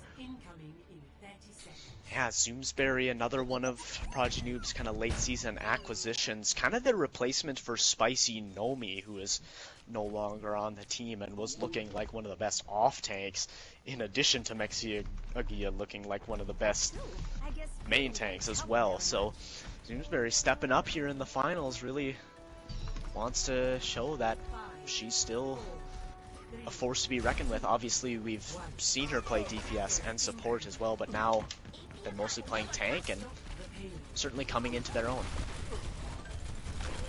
So we are going to see Stardust Crusaders also attempt the spawn camp, but Ant Hopkins already out of mech, but Mexi Aguaya going down as well. Great stun, I assume, from Dash. Insane did use the Immortality Field. Fight still up for grabs, and we are going to see Mexi Aguaya coming back. Ant Hopkins almost back in mech, but Gravity goes down. Both of the Mei's down, in fact, and Richard going down. Ant Hopkins trying to get a re-mech kill onto Zoomsbury. Did actually leave Zoomsbury pretty low and will get taken out of mech, but I don't think that it's going to be enough to keep this spawn hold from happening. Mexia Guaya getting 3 kills in that team fight, so both teams having relatively the same amount of success on the spawn hold, you know, maybe getting about 45 seconds off the time bank.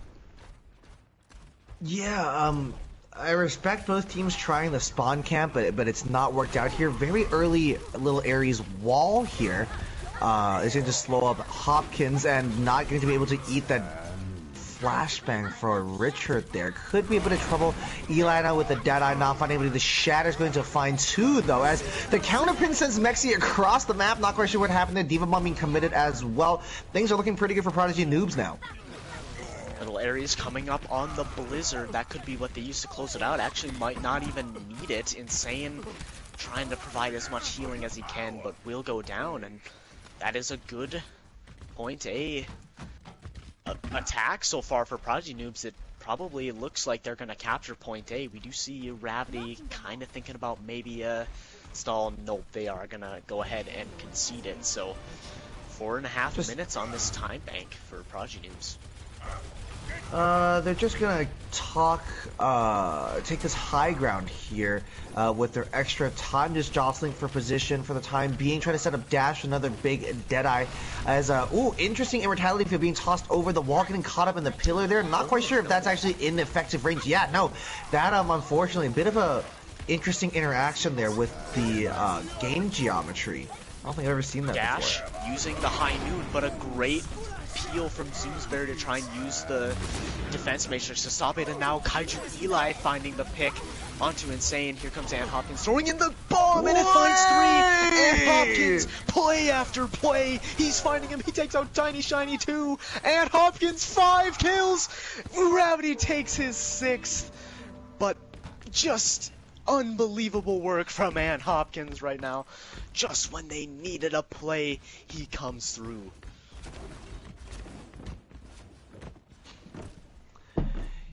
Hopkins once again getting those explosive plays on that Diva once again, and like it's season 27, 28, whatever season we're in of Overwatch, you shouldn't really be getting punished by Diva bombs anymore, but here we are. Big flashbang might just stun them out as well. A lot of damage mitigation got Prodigy Noobs just sailing and coasting forward here for the time being, using a lot of ultimates there, I will say. Only having the Diva Bomb and the Earth Shatter left, but Stardust Crusaders at an equally, if not worse, state of their ultimate as well. Maybe just going to go for a dry contest here, trying to squeeze some more resources out of Prodigy Noobs. Dragon's not super far off. A Maggie beat here could be the game changer. Yeah, they are going to have to avoid the Shatter. Perhaps if Richard could get that block, that could be huge. We do see Prodigy Noobs letting them through the choke relatively easy here. Pretty much everyone's here. And oh no, Richard was pinning! And Mexi Guai hits the easiest Shatter of their entire life. Zoomsberry getting the bomb kill onto Insane and taking Ant Hopkins out of mech, and an unfortunate mistake from Richard going for the aggressive pin just left Mexi Guai with a perfect Shatter opportunity, and he capitalized on it. Yeah, no, Mexi Aguila here with... I mean, you said it was easy, and I guess with no shield up it was, but that's great reflexes and great awareness to recognize that a pinning Richard was the perfect time to shatter. Very, very good work there.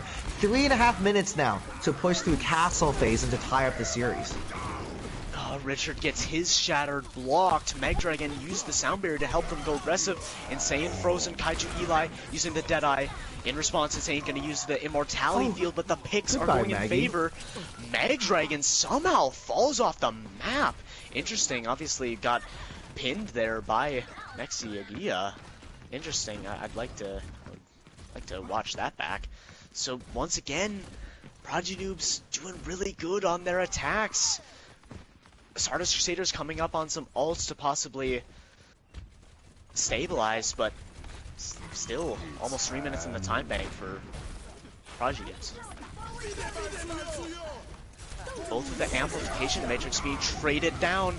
Good Shatter there and a good Blizzard from Little Ares, but because of the Shatter, or from the Blizzard from Gravity, they didn't get the follow-up until now. Mexi Guai finding 2 with the Fire Strike, and this is it. Desperation o'clock for Stardust Crusaders. They're going to need to contest. Richard trying to contest for as long as he can. Maybe he can get the shatter. No, will get immediately burst down. Insane trying to throw in the immortality field to keep him alive.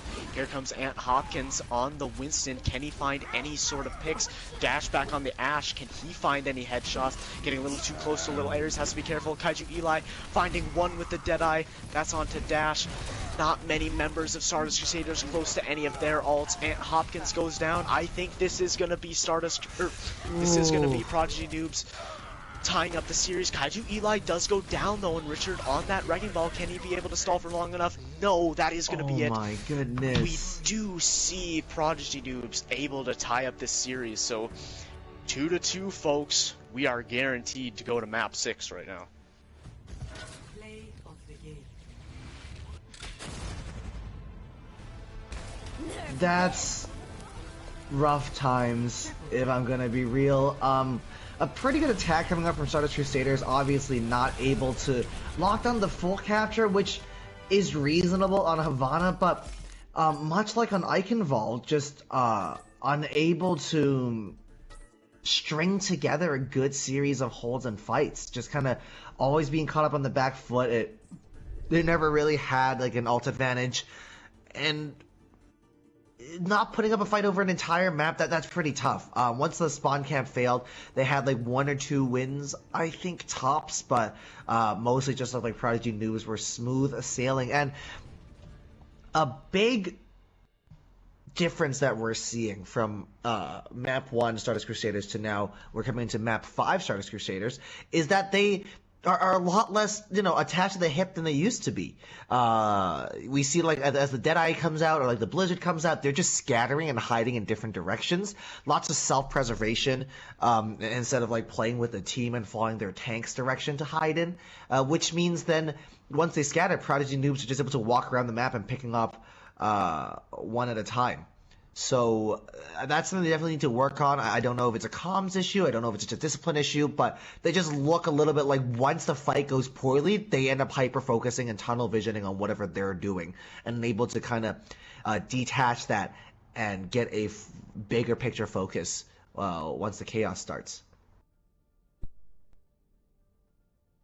So, we head back to Control, which Stardust Crusaders were very easily able to win the first time around. Definitely probably the most one-sided map of the evening, but it's been interesting because Prodigy Noobs have been incredibly strong on those Control maps, mainly because they like to play those sim comps, but Stardust Crusaders also looking strong on Control maps all season as well.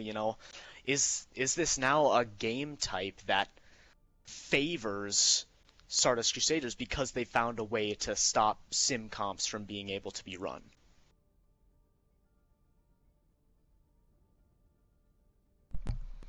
I got some time zone conversations in chat. Yeah, this is a later than usual game. It's not ideal. Ant plays from the UK. I commentate from Australia. This is a pretty brutal time for everybody involved unless you're in California. But hey, it is what it is, chat.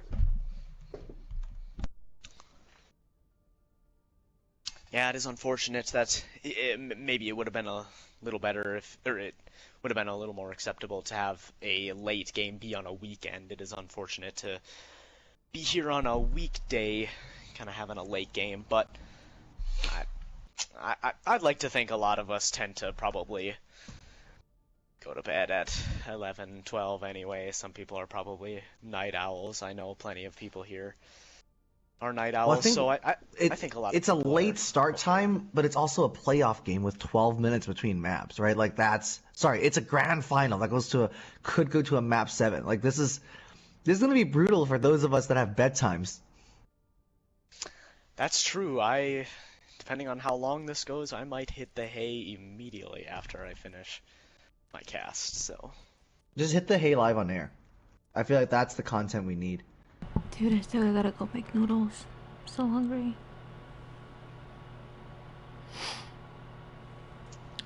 But we did get our map pick, so Legion Tower, and we gotta get swaps. we usually start on Lijiang Tower, so naturally when we didn't, we still had to come back and play it. So this is an interesting choice to me because obviously I like Stardust Crusaders picking Busan at first because that's one of the worst sim maps in terms of control. Now you're heading to Lijiang Tower, which might be one of the best. You can, Yeah, that's I mean, interesting, but you even see Overwatch League teams playing sim, especially on Night Market, and of course you always see it at our ELO on Gardens as well. So Stardust Crusaders but perhaps this is a 1000 IQ play. They want Prodigy Noobs to play these sim comps because they know exactly how to counter it. I mean, in theory, countering a sim composition is pretty straightforward, right? Just shoot the sim. But a lot of it is going to be down to Prodigy Noob's ability to keep their sim alive, right? It's guys who admittedly is a good Symmetra, but is prone to getting out of position from time to time. Are we going to run into those issues?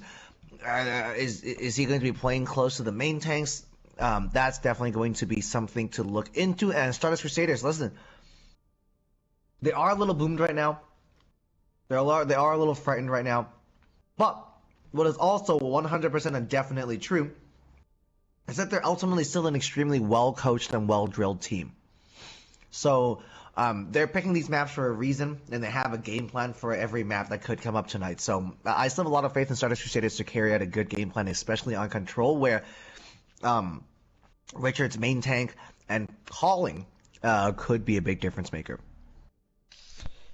For Stardust Crusaders right now, it just feels like it's been a lot of their defense rounds. Like they're just not able to stabilize once Prodigy Noobs gets going. Luckily, on Control, you don't really have that attack-defense dynamic. It's more of kind of a free-for-all. I guess once you capture the point, you kind of defend the point, and when you don't have it, you attack the point. But it's definitely a little bit of a different feel. So, you know, but it's interesting if Stardust Crusaders are going to continue to have trouble on defense. Like, this map of Control isn't going to be enough to get them the win. They're still going to need to win on Hybrid and Escort.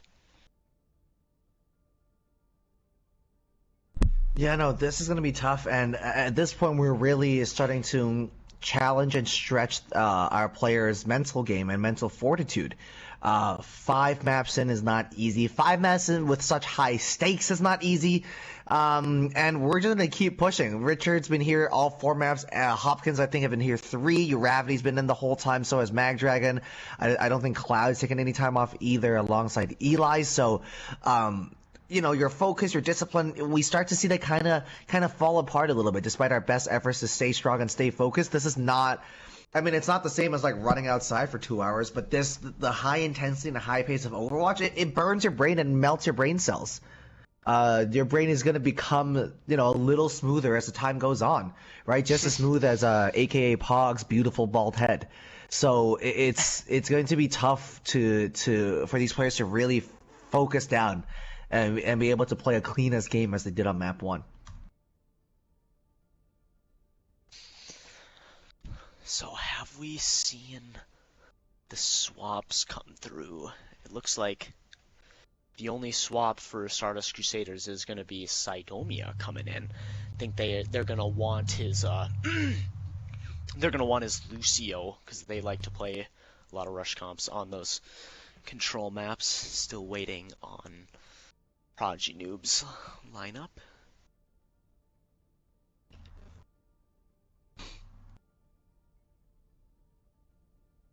All right, once again, just waiting for things to be confirmed here. Both teams, to be fair, not taking all the time that they can, so really appreciate that. It looks like it's going to be Richard and Hopkins, Dash Uravity, and Maggie and Sidomia. I believe that is how they started the evening on map 1.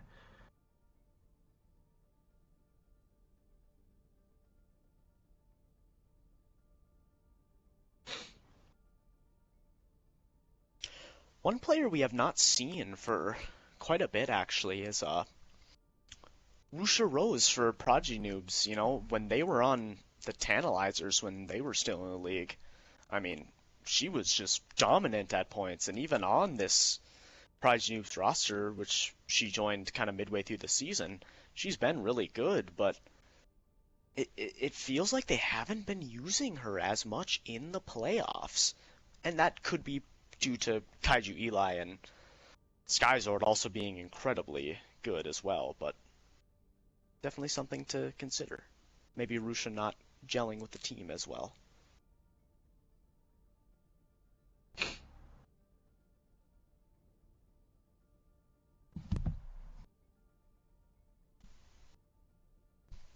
We're just getting some interesting news that turns out the youngest player on Stardust Crusaders is a 22-year-old. Given that this is an esports league, I find that extremely old. So once again, just big props to Prodigy Noobs for scheduling Stardust Crusaders old ass people to play way past their bedtime. This is ridiculous. Yeah. This is because like prime gamer clock, but if you're old, we're way into what? It's 8 p.m. on the West Coast now, right? It's been 4 hours since you've had dinner, right? Like that's wild.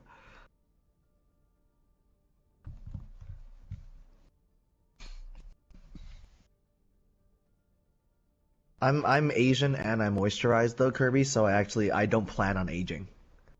Once I hit 27, I think I'm just gonna stay there for the rest of my life. Well, unfortunately, as we see from sports all the time, Father Time continues to be undefeated, so maybe you'll be beautiful up until your 60s or your 70s, but at some point. I mean, have you seen that man's skincare? All his products, he's gonna stay young forever.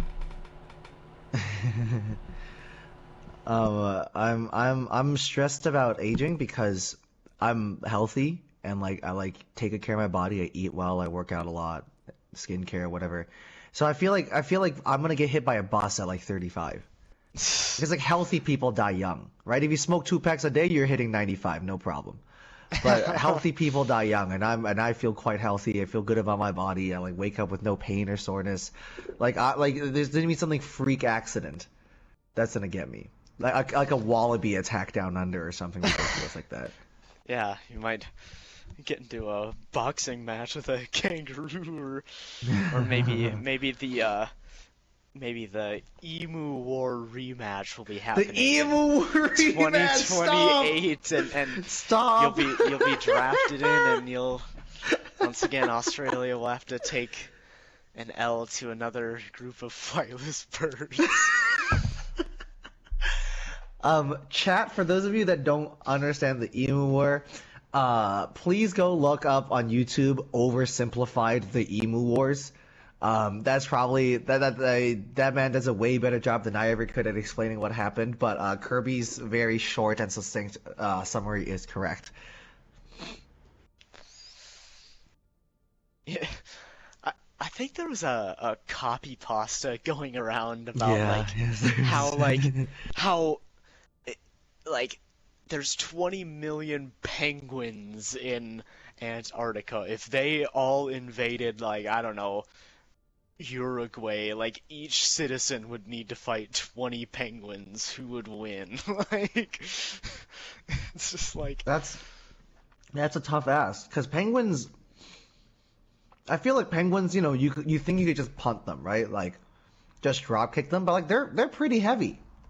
Yeah, no, those emperor penguins, they're like 5 feet tall, aren't they? Like they're big birds, like. Oh my goodness, they're enormous. They can weigh up to 100 pounds. Okay, cryptographer knows what I'm talking about. It's small T's. It's 40 penguins to one Maltese. I just remember that copy pasta. If you try to drop kick 100 pounds, your foot's kaput. The penguins might have a chance here. Penguins are about 1 meter tall, a grown emperor penguin. So whatever that is in burgers over football fields for you Americans. An adult emperor penguin that's not 5 feet. That's closer to 4, but anywhere between 110 and 120 centimeters. That's crazy. Penguins are as tall as I am.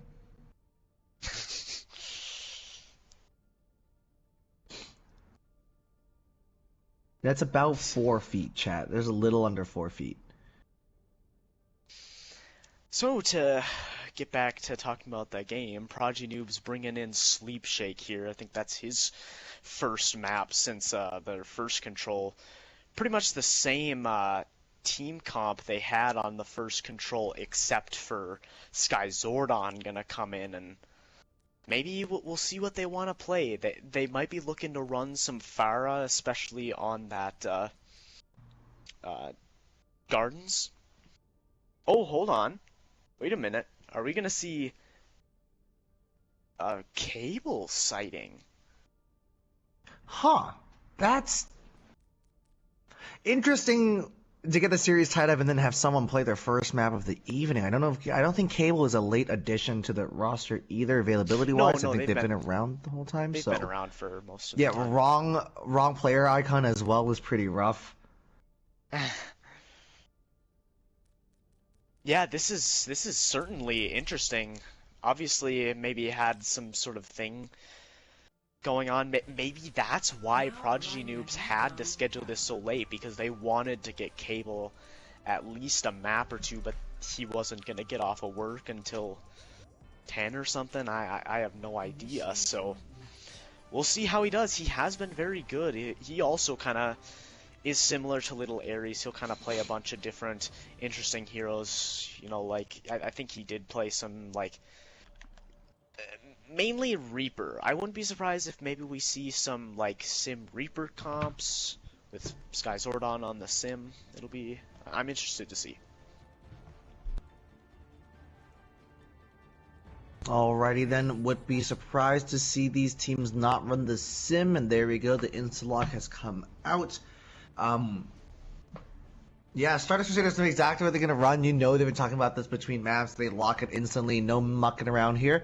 Sidomia teasing us with the Zenyatta for the time being. The key here is just to get bodies on point and start to roll them. And Zord is teasing with something that's not the Symmetra. Could be interesting.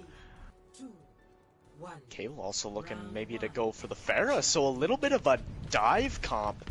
I don't know if I'm in love with the healers, though. Cloud Lemon on Lucio and Selbel on Mercy, that's pretty low healing.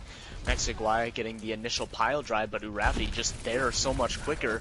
Has all the Sim turrets on point, and Mexiguaya goes down. Great stun from Dash to make sure he took all the turret damage.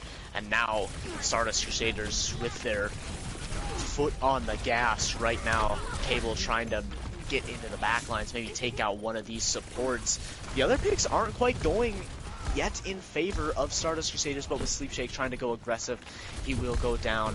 Mexiguaya, another pile drive, trying to find any sort of... Whoa! Oh my goodness, Sky Zordon with an incredibly fast barrage, and look at this, Selbel getting the res! The resurrection! Sky Zord, but Double it did kill put coming them out, in though. a tough spot, and they will go down. Pulse Bomb out from Cable, not gonna find anything. Sky Zordon still here though!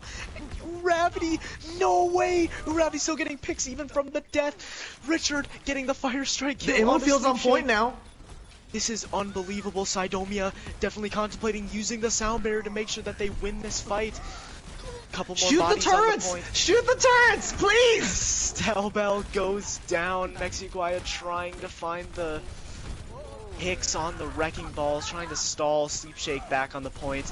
And while it was a good effort, I don't think Prodigy Noobs are going to be able to turn this around. And look at Okay, seriously, what is this? Is this We the Ops again? Stardust Crusaders didn't We even the Ops need to again. use any Chat, ults. look at those check marks. Look at those red check marks on the top of your screen. That is ridiculous. 6 ultimates online. Like you said, the Mercy Lucio combo is a little bit questionable here because what's the Lucio trying to accomplish, right? At this point, you play as Zenyatta, use the Discord op, and okay, Claude Lamone just taking a quick dive. Sorry to see that, Lloyd.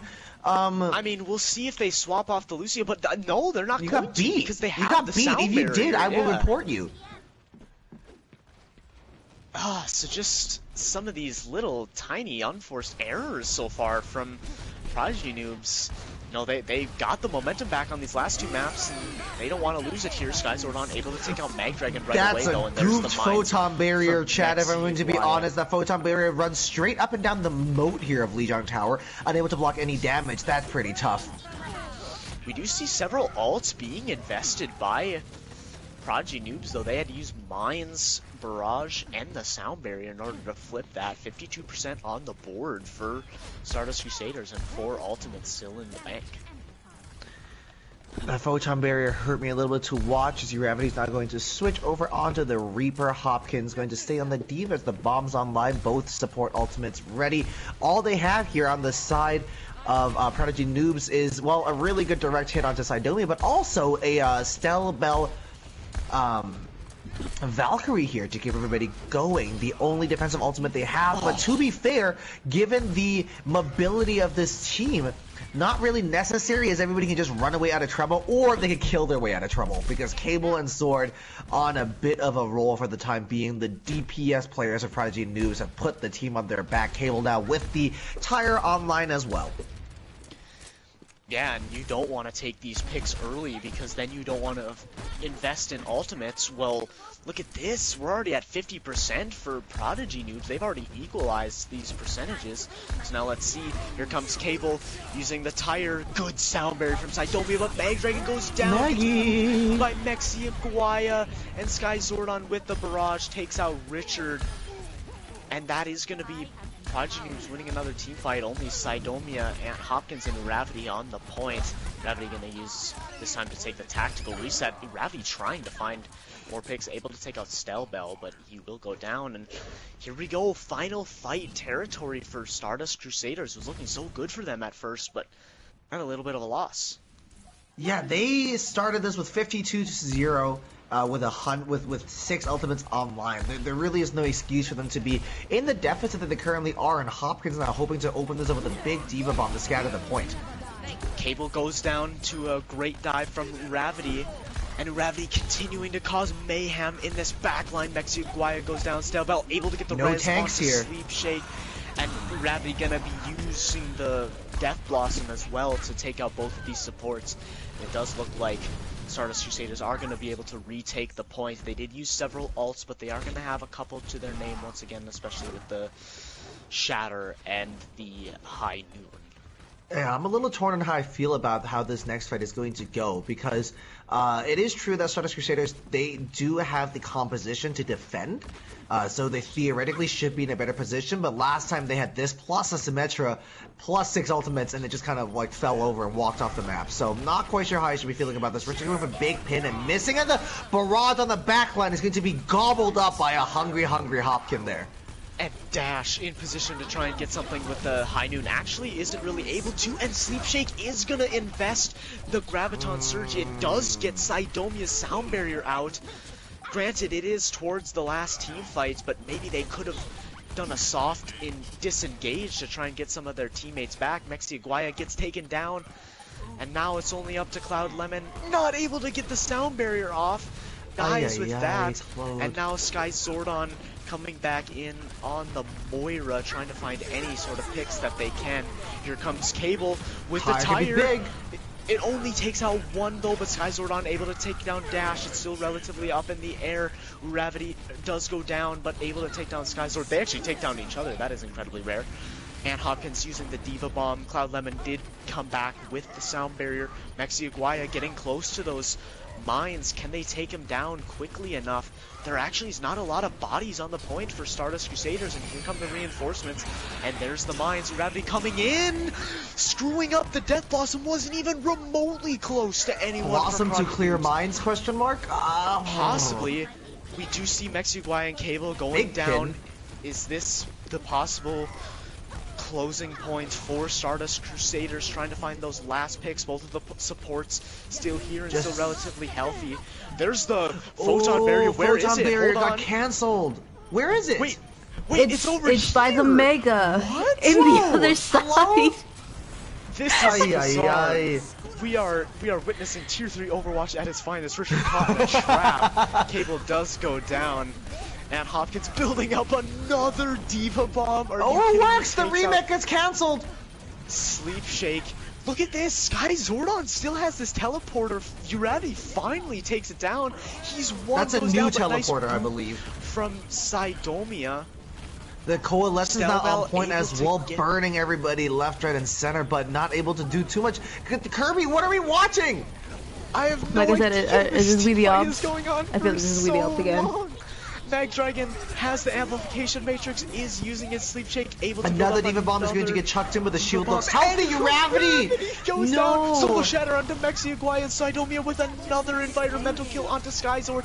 Cloud left building up another sound barrier. Are you kidding me? The Cable dupe did coming get out as pinned, well. though. This is tiny Able- Overwatch. It's Overwatching. Yeah, pretty much.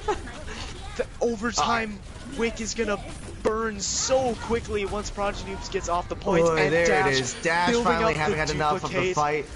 Only Mexiaguay The on the mines point do get takes kills. out Magdragon. Are you Somebody look at serious, Mexi, folks? please. Mexiaguay is No, so we low, got but the sim back. teleporter is back. You got Ravi Sky Sword on back only too. getting one with the death my. blossom.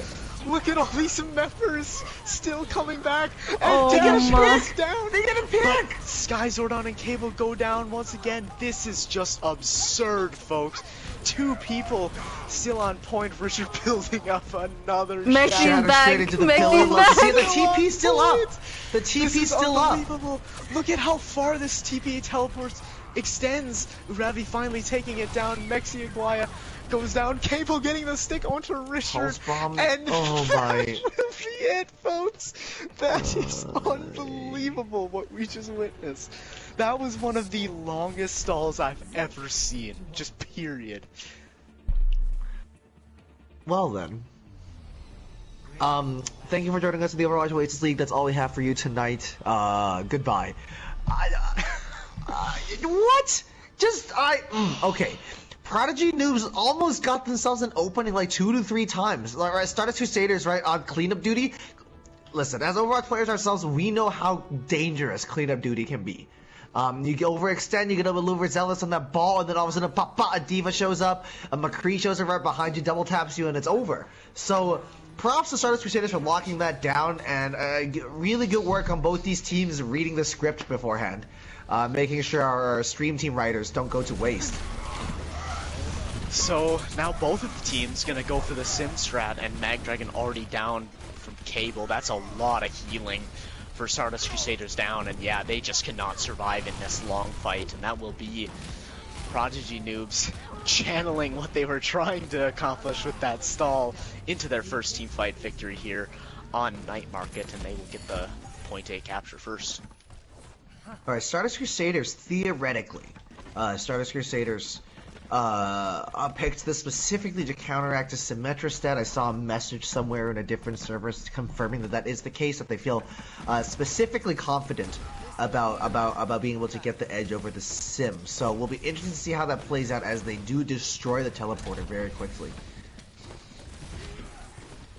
We'll have to see how Stardust Crusaders want to engage. The sim turrets are set up on point.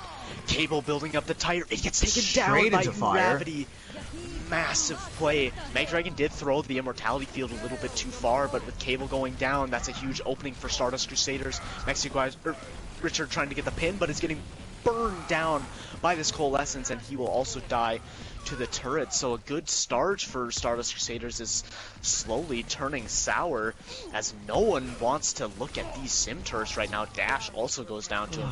Gravity trying to Why find are the they picks, does have going the in tire. with no tank? I don't Available. understand. Dash just, yeah, Kitty's absolutely right. Dash just kind of walked in there, went for double, found the hammer, while eating damage from 3 turrets at the same time. Very interesting, very curious. Junkrat tire now onto that backline as well, canceling the pin. Oh, And Richard. Cloud Lemon almost able to save Mexiaguaya with the sound barrier. Shatter from Richard the Hard should be able to clean this up. Only really the healers and the sim on the point, which actually in certain instances could actually maybe win you a fight, but without any ultimates to speak of, it's probably not going to be enough. And Hopkins and Sky Zordon kind of having a little bit of a 1v1, and Hopkins with the superior health pool will win that. Mexiaguaya trying to find the pin. We do see Cloud Lemon still on the point here. These are Cable great coming back stalls. on the Junkrat. And yeah, this is pretty much going to stall it all the way to 94%. Pretty much one team fight territory for Stardust Crusaders. They're going to need to pretty much get all 99% of that. I also want to point out the Richard shatter there. Richard was mid-animation, gets booped into the air, and then while he was like 10 feet up at the ground, up above the ground, aimed a very well-timed shatter while in that air towards Sleep Shake to take them down. Just a bit of a micro play I noticed there. things are looking pretty solid here on the side of Prodigy Noobs. They have 5 ultimates online now, and unless something tragic happens with like an early pick from Dash here, this looks a pretty good place to be as the teleporter is now invested. But look at this cable from behind. Good sound barrier from Sidomian to stop it. A great shatter from Mexiguaya though. Dash on the flank gets taken down before he could channel the Deadeye. And Sky Zordon with 2 picks. Picks going back and forth, but it's only Ant Hopkins on the points here. He's not going to be able to build up the graph. We are going to see about 5% still being needed for Prodigy Noobs, but I don't think anyone from Stardust is going to be able to touch, especially with Sleep Shake getting the graph. So here we go, 1-1 here on Lijiang Tower as we head to Control Center. 1-1. Double kill. Ready. Okay, just 3 Coalescence kills at the end of that. Just showing up on the kill feed. The way we're stalling and the way that these fights are lasting, we're breaking the game engine itself. Looks like these teams aren't content to just play out a 7-map banger or 5 maps for the time being. They're also had to do it in the longest, most drawn-out way possible. We just hit the 2.5-hour mark. Chat, thanks for being with us this whole time. Alright, both teams committing to a very standard Junkrat Ryan Zarya brawl with the Lucio speed boost. Differences being there's a Symmetra on the side of Prodigy Noobs and a McCree here coming out for Dash on the side of Stardust Crusaders. They're going to want to hold this high ground and let this McCree be able to set up. Gravity walks straight into a trap. Could be a bit of trouble here. Is going to get taken out first.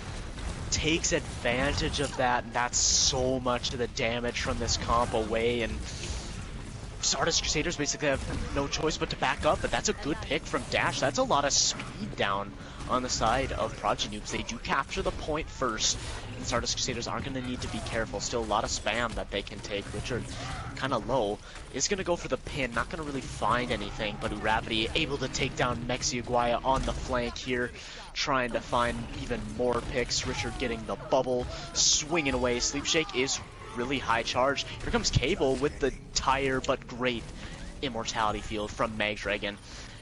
And that will be Stardust Crusaders really quickly flipping the point back in their favor. I want to highlight the immortality field usage, both by Magdragon and Insane, depending on whichever Baptiste is in. We're running into a bit of trouble here. Dragon, yes, just negated that Riptire with a very good immortality field, but all series we've seen these immortality fields not get too much done, be used too early, too late, be thrown out in the open. So something that Stardust Crusaders could definitely clean up on, because you want to make sure you're getting utility out of your Baptiste player. Richard the Hard and Dash using their ultimates to no value, but Gravity flanking, able to take out Cloud Lemon, both as the supports are down, and despite a lot of ults not getting a whole lot of value from Stardust Crusaders, they still find the picks and will be able to retain the point for the time being, as the percentage is gonna tick past 50% here shortly.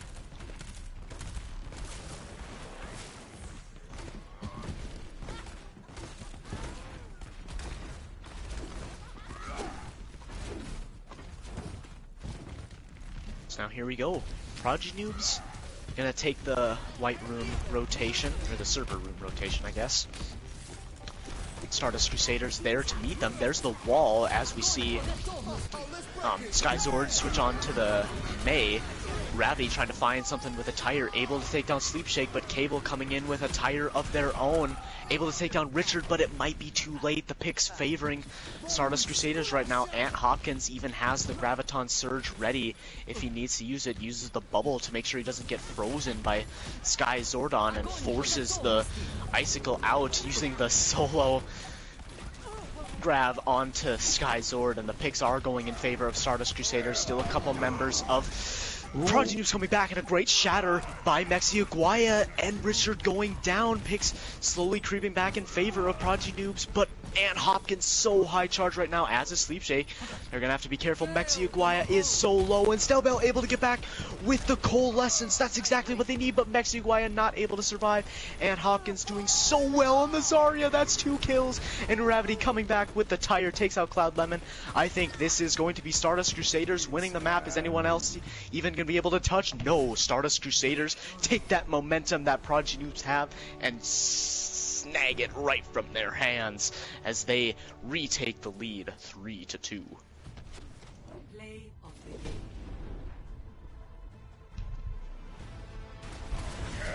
Really, really good work coming out from both teams here, but ultimately Stardust Crusaders, over the course of the server room there, just being able to channel the ultimates much better, and they were able to kind of play out a much more intelligent game there, and I think the pathing and the communication that we've come to expect from them have come an incredibly long way.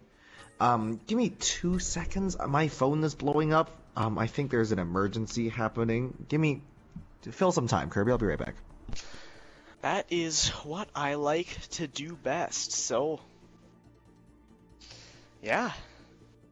Stardust Crusaders now at match point, only to win one more map, but Prodigy Noobs get their map choice next. They chose Eichenwald last time they were on Hybrid, and they were not able to win that map, so if that's the Hybrid map they're most comfortable on, they're going to have to really dig deep to find another map that they can maybe employ some sort of strats. Not that they played bad on Eichenwald by any stretch of the imagination, they really did not. They had a really good chance to win it after Stardust Crusaders had a really big snowball on round 3, but we'll have to see. I'm just trying to think of what map we might see from Prodigy Noobs. They have liked King's Row a lot. I think they've won it quite a bit of times. And that's definitely a map that they could, run maybe a double shield bunker comp if they want to lean back on that. But we haven't really seen them play a lot of these interesting comps. They've actually played a lot of very normal brawl rush comps that we kind of see a lot in Tier 3, so it will be interesting to see the swaps and what map choice we will see.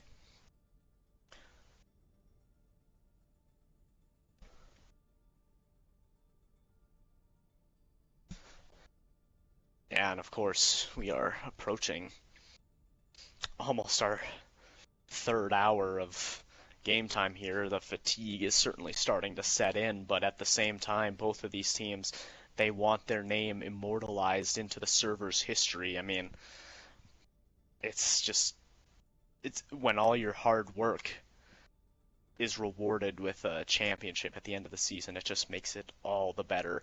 Both of these teams wanting to close it out. We'll see if Prodigy Noobs can tie it up, send it to the 7th map. God forbid we see a draw on Hybrid and extend the series even further, but we saw the Tier 2 finals go to 7 maps. Let's see if the Tier 3 finals also go to 7 maps. I'd love to see 2 great championship games for this server.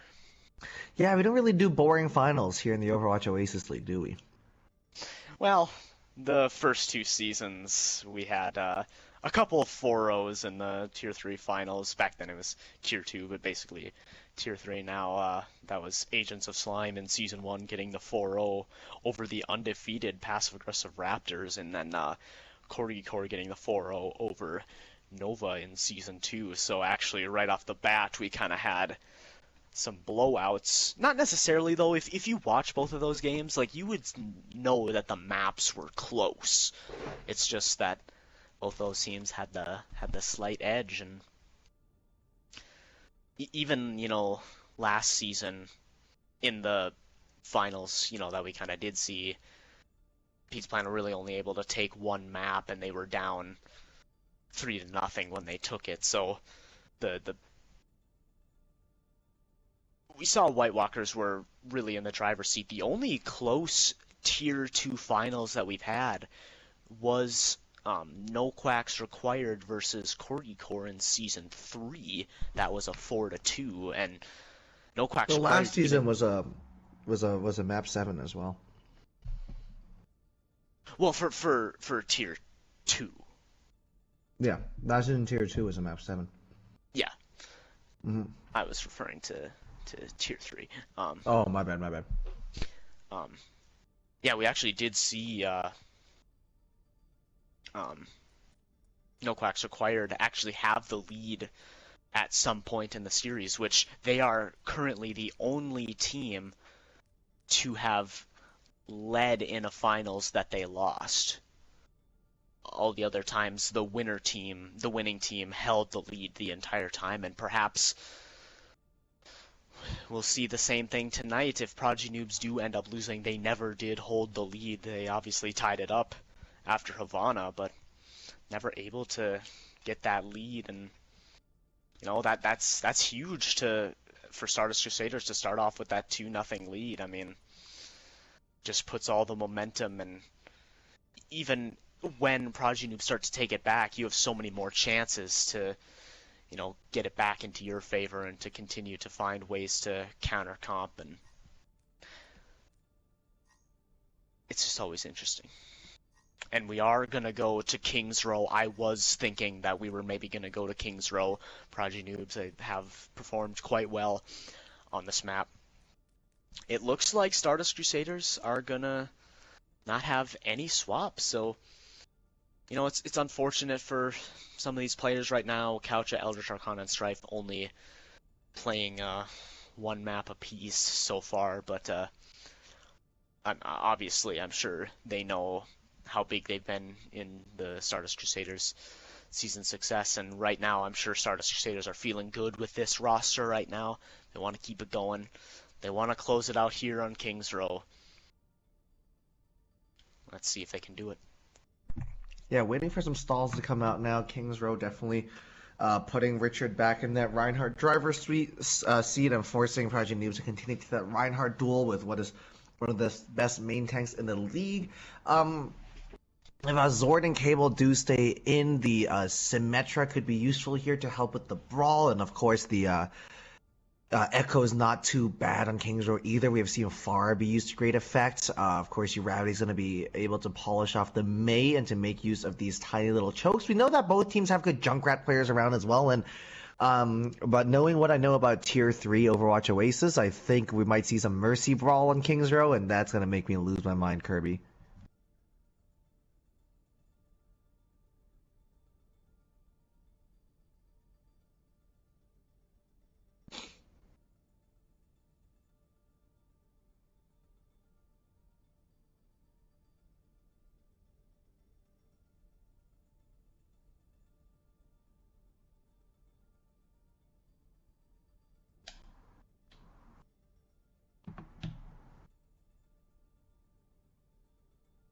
Good work, Kitty. Good edit command. Good to see. We have Mexi and Zooms coming in on the tank line for Prodigy Noobs, partnering Eli and Little Aries, and then Cloud and Tiny Shiny on the support lineup. So a full reset on the DPS line. Prodigy Noobs realizing that no Eli means no winning, so going to make that adjustment very briefly, and Tiny Shiny is going to come back into partner Cloud. That's a Zooms counts to 6. Huh. This is a 55 lineup, chat. That's fascinating. Okay. Did not expect that.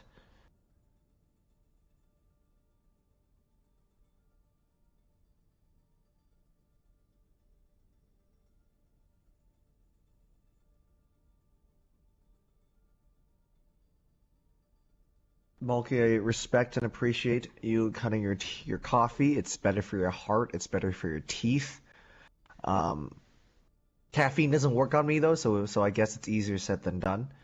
I was told that. I usually work out right before I play Overwatch and right before scrims, and people are like, "Dude, Charles, we can feel your pre-workout in your Overwatch calls." I'm like, "No pre-workout. I'm just a crazy person."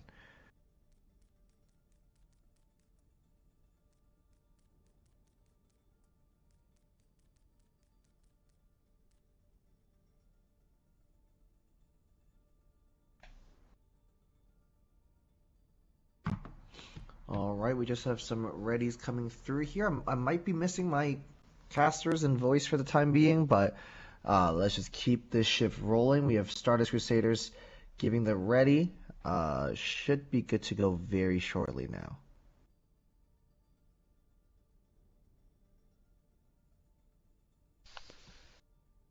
we're still actually waiting on Zoomsbury to get back here, and I believe the lobby is full, which is preventing Zoomsbury from getting back into the game, I think. So we're gonna have to figure out this.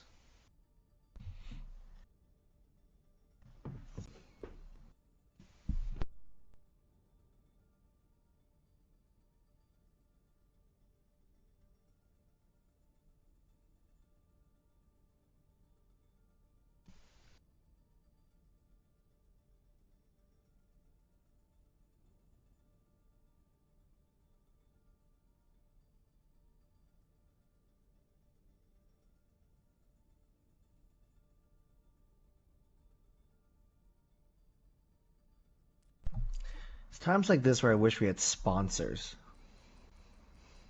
Okay, so so it's interesting that you bring that up. So I don't know how long ago this was. I don't think I've played Overwatch in a couple days, but when I signed in today, I had to agree to like the terms and conditions of Overwatch, and I was actually kind of reading through a couple of the spots. It would be you. Out of everybody I know, Kirby, you would be the most. You and Dylan are the most likely people in this league to actually read the end user agreements. And I was just kind of skimming it because I was like, I wonder what they're saying in here, and it was actually kind of interesting to see them actually talking about like cheating and hacking and exploiting and whatever. But I scrolled down and I saw a section labeled esports, and they explicitly mentioned that you're not supposed to make any sort of monetary game if you label yourself as an esports organization. So you bring up sponsors, that would be completely illegal, according to Blizzard Entertainment. We can make something work, and I could just do I just like cutting to break, I think is what I really like. But I know that once you're like officially affiliated with Blizzard, you also have to make sure your game times and your broadcast times don't conflict with the Overwatch League. Yes, that is also the case. I mean, we could totally, we could have sponsors of people in the server. Like this game is brought to you by the Kirby's Cast podcast. Well. Interesting you bring that up, because hard-hitting analysis of Tier 3. Well, now that we're on match point, I'd like to remind everybody what's at stake here. We have $50 on the line for the winner here to go to a charity of their choice. So, winner here gets to pick, a hopefully non-controversial and non-xenophobic charity, and I will put my money where my mouth is and whip out my credit card. So $50 on the line here, and any other people that would like to match and contribute, please go ahead. If not, I'm happy to be the piggy bank of this and add a little tax write-off too. Actually, I don't know how to write off my charitable donations. I also no longer live in the U.S., so I don't know how that's going to work. But $50 on the line, folks. So, here we go, looking at these team comps. Are we gonna see a dive come out from? No. Okay. That's what I thought. They were baiting us like usual. We're gonna see the Rhine Diva. Yep, once again, a mirror comp here. Kitty not doing as stellar a job as lining up all the heroes on the right slots, so now I'm very confused. But the classic Bap Lucio is going to come out here, as a no Zarya is an interesting choice. Well, I think both of these teams are favoring the Diva right now, especially with Zoomsbury in. That's definitely been their strongest hero.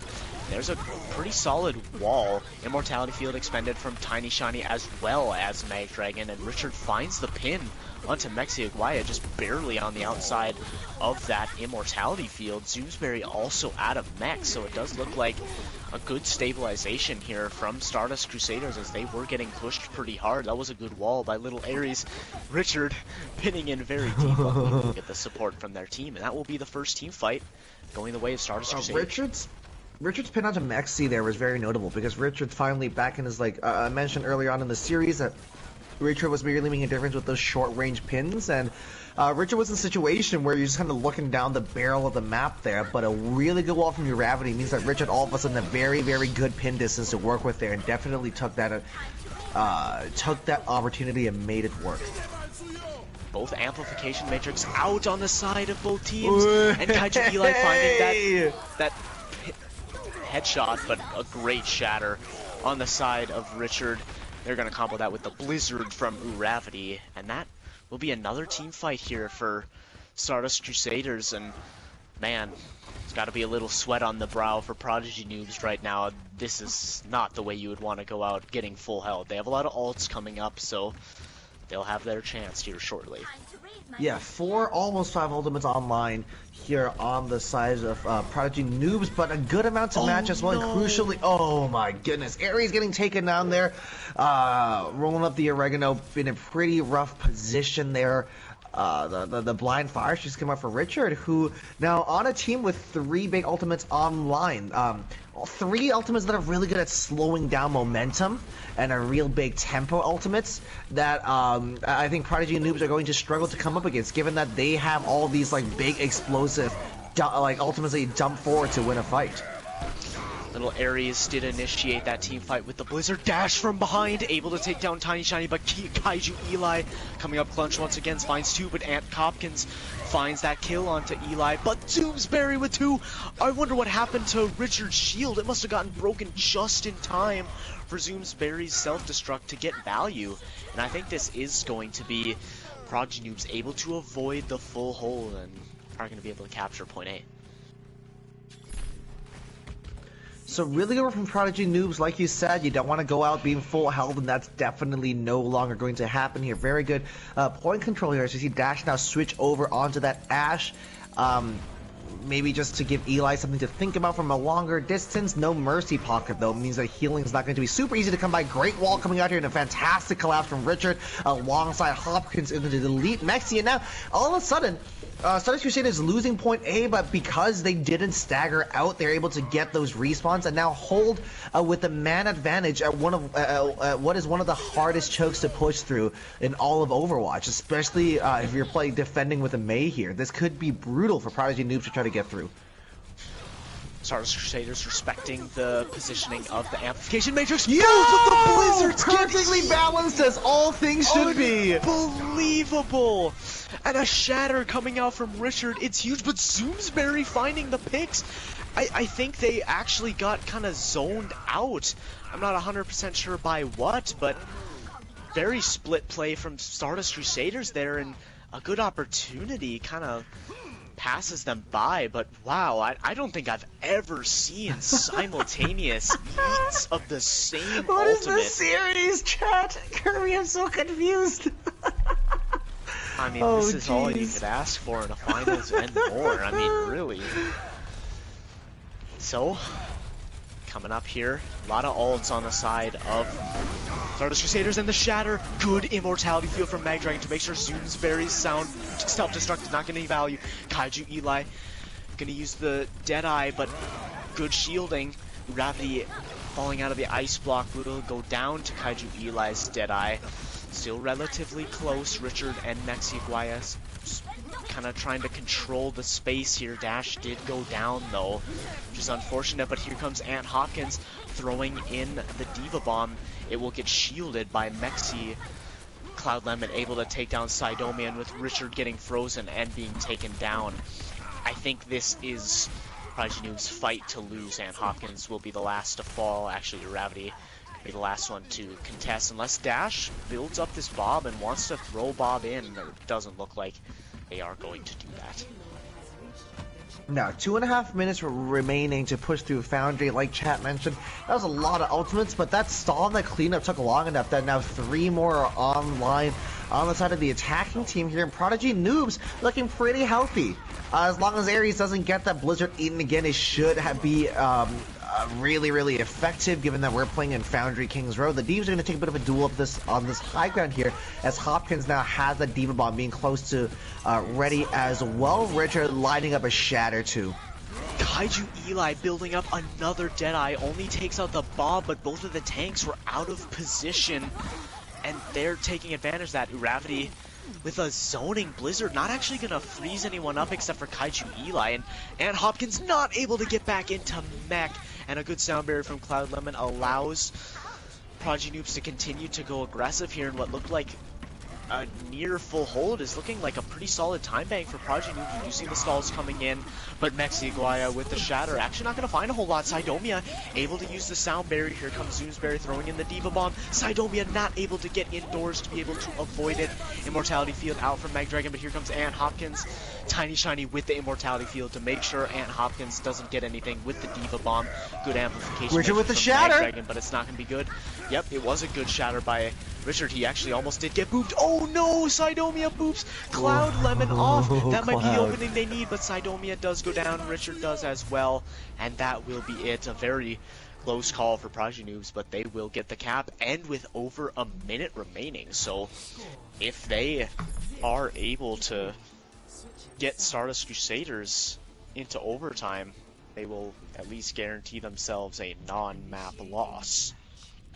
A minute and 2 seconds remaining on the time bank. Prodigy Noobs can be very, very happy with how that went, especially considering that their point A attack looked pretty rough this whole, all up until they got it to work.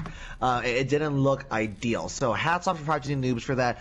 And now Stardust Crusaders. Not quite an uphill battle. A minute on Kings Row isn't the worst thing in the world, and given how comfortable they look on the Brawl, I wouldn't be surprised if they were able to complete the map at a pretty comfortable time, but that's, you don't want to be pushed to the brink and pushed to the limit like this over and over again, right? Like, especially given you come in as the higher seed, you're the first seed in the regular season. You want to be coming in with this on a bit of a high horse, but now it's the way that they're coming blow to blow. I think Stardust Crusaders is going to maybe rue some missed chances there.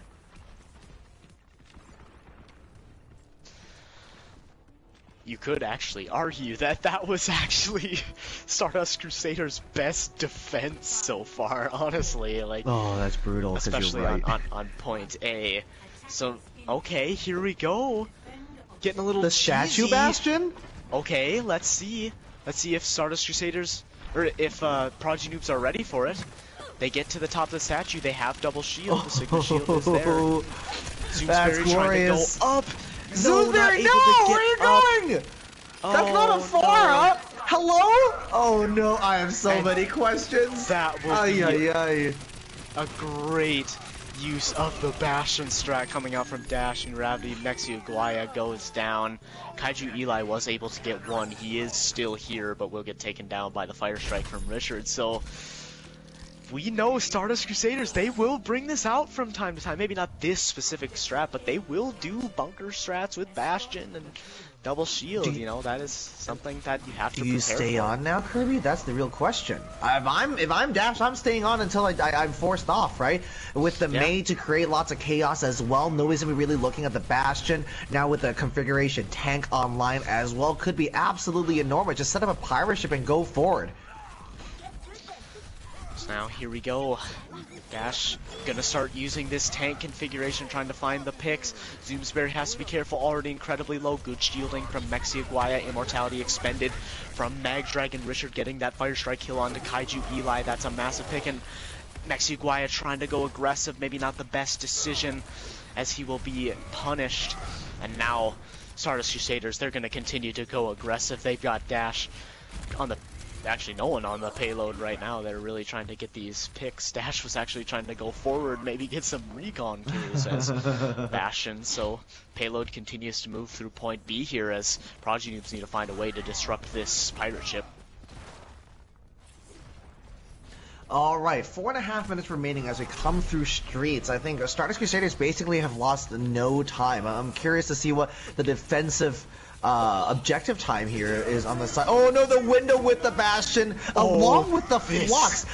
That's a lot of ultimates. That's a lot of damage. I don't know if it's all going to be necessary, but it is all going to pay off. They're just rolling through. They have absolutely no counters. The Zoomsberry now at a mech as well as brutal. They're just going to stick on the Bastion here with no, Eli over onto that Hanzo, maybe with some poke damage, but they don't really have a very good way to assault the cart here. Prodigy Noobs maybe getting a little taste of their own medicine. They were running on these cheese The comps noob all strat. year. Yeah, pretty much. Tiny Shiny gonna try and turn this around. Great shatter though Oh from my Richard the Hard. goodness. That amplification matrix isn't gonna do anything. Shoot the lamp! Both Oh of the my blizzards goodness. though are really good, and Dash does go down. Richard able to take down Mexi. The team fight still up for grabs. Kaiju Eli building up the dragons. He's gonna let it loose. Uravity has to be careful. Already in the back lines. Does he have the icicle available? Yes, but Mag Dragon goes Maggie? down to the self-destruct. Unfortunate. Uravity in a really compromising position, but wins the 1v1 against Kaiju Eli. Sidomia and Hopkins and Richard still on the point here, trying to find the picks. Richard gets frozen though and gets taken down. Zoomsbury out of mech, but I don't think it's going to be enough, and Stardust Crusaders are going to take this opportunity to try and back up. They still have a lot of time in the time bank though to win this last I understand team fight the on Stardust points. Crusaders have done a great job so far. However, I have a lot to say about how they lost that last fight. As they were attacking, Richard landed a shatter right as the blizzard was committed as well. So people were on the ground and frozen, with Dash on the Bastion looking down on them, free firing, and none of them died because nobody shot the Immortality Field. The Immortality Field, that by the way, was tossed right out into the open, and it's those fine margins that is going to cost them a whole 90 seconds, 2 minutes here. But oh my goodness, No, what a sequence it's of events have played out. Not, because Richard hits a monstrous shatter. That's gonna be it, folks. A massive time bank for Stardust Crusaders. Here we go. They also had one on Volskaya Industries, so definitely not 100% set in stone. But if they can get a similar point A hold like they did in round one, they're putting themselves up really nicely to take this series home and head home with the Season 5 Tier 3 Championship. We are potentially, like you said, just a couple minutes away from deciding who gets to what. Uh-oh. Oh my goodness. So anything we can do to make the game last longer, we will do here in the Overwatch Oasis League. Yeah, potentially just a couple minutes away from locking this out. Bragging rights on the line, and of course $50 to a charity of the winner's choice. Just waiting through this pause now. There are a couple things. I mean, what are we thinking here on the side of Prodigy Noobs, right? Do they attack what they've known before, knowing that it took them more than a minute to cap? Do they copy the Bastion strat? Do they go something crazy? Do they like run it? Do they run the far back, even though Sky Sword's on the bench and not on this map? And then, like, similarly, Stardust Crusaders, do they run the Bastion back, or do they like no? Like we need a tick or two here. Let's not go too crazy, right? There are a lot of things to play into account here. And listen, I understand how we played earlier. I understand how the last couple of maps played out. So I could be just like given the most like biggest, stupidest caster curse right now. But this isn't the first time we've seen a minute versus like a crazy time bank, and for Prodigy and Noobs to get something done. So all hope is not lost. This is exactly what we saw in Volskaya. I believe it was a minute 20 instead of a minute 02, but they full capped. They captured 6. They got 6 points on the board there. So it's not out of the question that they get something done here. Right now, as we see the defense coming through, Richard and Ant, we're actually going to see Ant play some Zarya. Has played it tonight, obviously, but definitely they did start on the Diva in their previous defense. So hopefully Zoomsbury can get back shortly here. Hopefully it was just a quick... Yeah, Zoomsbury, I believe, was disconnect. having chat issues as well and weren't able to speak with their team for, I don't know, the past, looks like 2 minutes. So I don't think anything that involved gameplay, but I know Eli had some problems right as the map was starting as well. So, hey, I can't say Jeff, but thanks, Blizzard. I do believe Zoomsbury is at least back in the lobby. Yeah, we have some spectators to fix as well, so thank you, Kitty, for getting that sorted. Luckily, this has been the only DC so far. It would have been unfortunate if internet issues plagued us all night, but it looks like it's been relatively secure.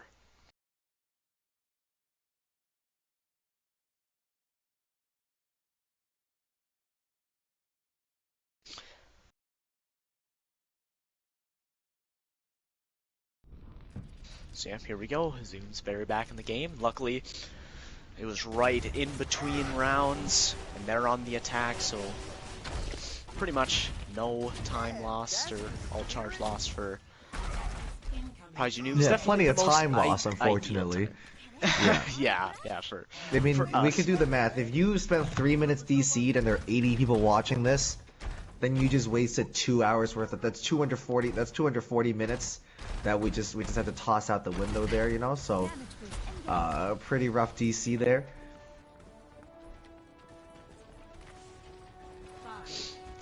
Alrighty then, it looks like Mexi's just gonna go and scout the enemy team out real quick, switch over onto that Reinhardt. They are going to run it back. The Mei, Hanzo are back in play. They have less than a minute to crack this point open, Kirby. Yeah, we'll see. And Ann Hopkins did decide to go with the D.Va, so both teams running the Ryan D.Va once again. Another good wall from Little Ares. Can they capitalize on it this time? Good immortality field from Mag Dragon. Tiny Shiny has not used theirs yet. That's going to give them an advantage. Richard the Hard gets frozen.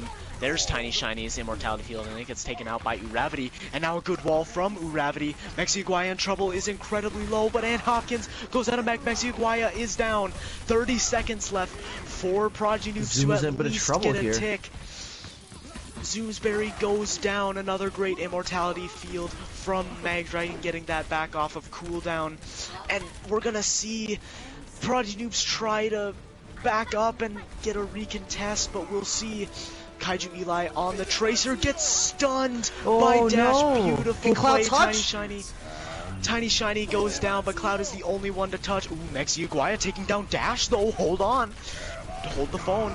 Good shatter here takes Zoomsbury out of mech, and there's the D.Va Bomb coming out from Ann Hopkins. Good wall from Little Ares, but I don't think that's gonna be enough. Little Ares, the only one on point. Immortality field was thrown in by Tiny Shiny. Will Tiny Shiny be able to get to the point? No, Ann Hopkins boops him off. So here we go. This is it. One tick for Stardust Crusaders to take this series. A whole championship on the line, just down to 3 minutes and 50 seconds of gameplay. Stardust Crusaders, went through a bit of a roller coaster, starting so very strong, and then just as maps 2 and 3 played out, ended up getting backs up against the wall, playing weaker and weaker. And at one point looked completely mentally boomed, but now looked so clean on their attack, looked even better on their defense, and now just one fight away from the championship. Kirby, and they roll out with probably something they know very well. I assume they're going to play it safe here, nothing crazy, but with three and something minutes, you might be able to play with it. But Stardust Crusaders seem like a non-BM steady bunch, because if something were to go wrong here on the first couple fights, they're going to start getting Volskaya flashbacks, and now Ares has locked the Bastion as well. This is going to be an absolute delight to watch play out. So finally, the first time we see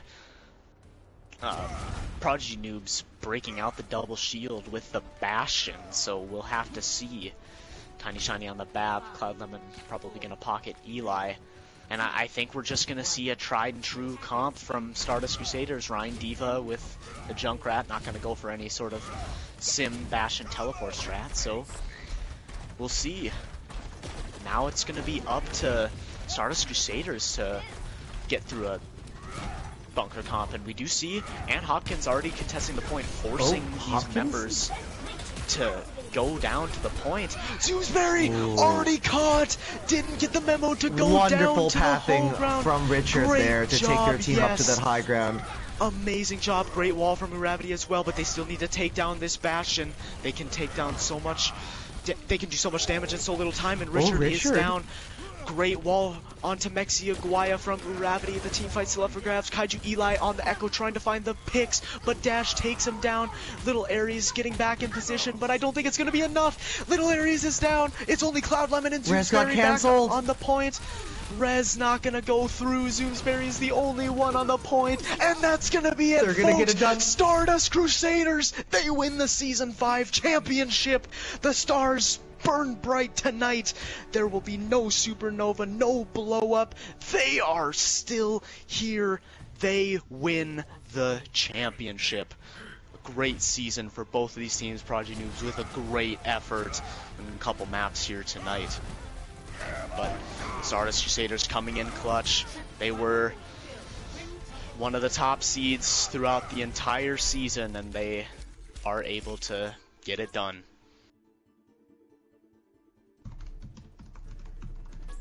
Amazing work coming out from both teams here. What a display, but Stardust Crusaders ultimately having their wits about them and started strong and ended stronger despite a pretty rough patch in the middle, and Prodigy Noobs really came to play here.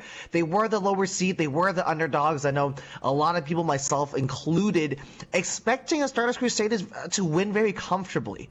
And the scoreline might be 4-2, but it definitely felt like a much tighter series. So really good work to Stardust Crusaders there. Once again, recovering from that rough patch in the middle to be able to beat back a Prodigy Noobs resurgence. Lots of things to cover here, and I think Tank MVP is obvious tonight. Yeah, that's pretty straight. You go first, because I'm a little torn between two. I think Richard did a really good job to start it off, but Hopkins just got stronger and stronger as the series went on. I mean, I don't think you could deny a performance like that. He wanted that championship. You said he won a championship. I don't think he has. He had only been on the Corgi Core team for Season 4 when they lost in the first round of the playoffs. Otherwise, he's always been with Voltaic Punks early on. I think they were with maybe No Quacks Required as well. I can't 100% remember, but Ant Hopkins really showing up to play today. Great diva bombs, just so many on-the-spot plays with those defense matrices, getting into the back lines, taking out everyone. It was, I mean, just one of the best performances I've seen. And honestly, if I'm gonna crown like a overall finals MVP, I would give it to Ant Hopkins. I don't think you'll find too much opposition from my camp with that statement. Moving on to the DPS line, Uravity did great. I think Dash had their moments as well, but it's a tough one to balance. I think Ares had a really good display as well, but ultimately Eli was out of their mind. That's true, but man, I gotta say, I almost think Uravity deserves it just by matching Eli. Being able to not necessarily shut him down, but not let him completely take over the game on some of those maps. He really was very equally matched with Eli, and I think Uravity deserves it just based on that. And I don't want to leave Prodigy Noobs out of this, because I was actually going to give support MVP to Cloud Lemon, because I think. Well, I don't think whoever we pick for support should matter on who we pick on DPS, right? It's just whoever did the best. And if the logic is that Uravity deserves it because Eli was so good that Uravity had to go and counter them, then that means Eli deserves it even more. I think it's absolutely. Because I think that Eli did have the edge on most of these duels and most of these fights, so I feel very strongly about Eli walking home with this, but I'm happy to give Uravity a very, very honorable mention. I can agree with that. So then for support, I definitely was feeling Cloud Lemon. He played really well. I still am feeling Cloud, yeah. Mm-hmm. So I think it might be a situation where Prodigy Noobs lose the game but get an extra MVP. I think that, as well as Magdragon, Sidomian, and Sane did, I have questions about a lot of their immortality fields. I know in Kings Row they showed up to play. Magdragon on Kings Row was absolutely phenomenal, but Cloud was extremely consistent all through the series. On the Mercy, on the Lucio, on the Baptiste, able to flex across the flex support and main support roles, and I think that's an extremely underrated skill to have. So I think Cloud takes it for me, but I'm happy to give Magdragon a honorable mention as well. Yeah, I can definitely agree with that. Richard, Ant Hopkins getting the Tank MVP. Would you like to give Richard an honorable mention? Yeah, I know a lot of people are also talking about Richard. Definitely, probably outplayed Mexi tonight. Let's be honest. I agree. And Mexi's been one of the best main tanks. Wait, so who are we doing? Richard, Eli, and Cloud? No, we're gonna go I still want to go Ant Oh, Hopkins. Ant. Yeah. he just made too many plays for us to ignore. Like, Richard made a lot of plays too, but man, Ant Hopkins just felt like on another level. I think he really deserves a shout out. But then Eli So for that's settled. Prodigy Noobs And Cloud for, and Mag with the honorable mention. support. Yeah. I can All go and with right. that. Mag Dragon and Richard for honorable mention, sure.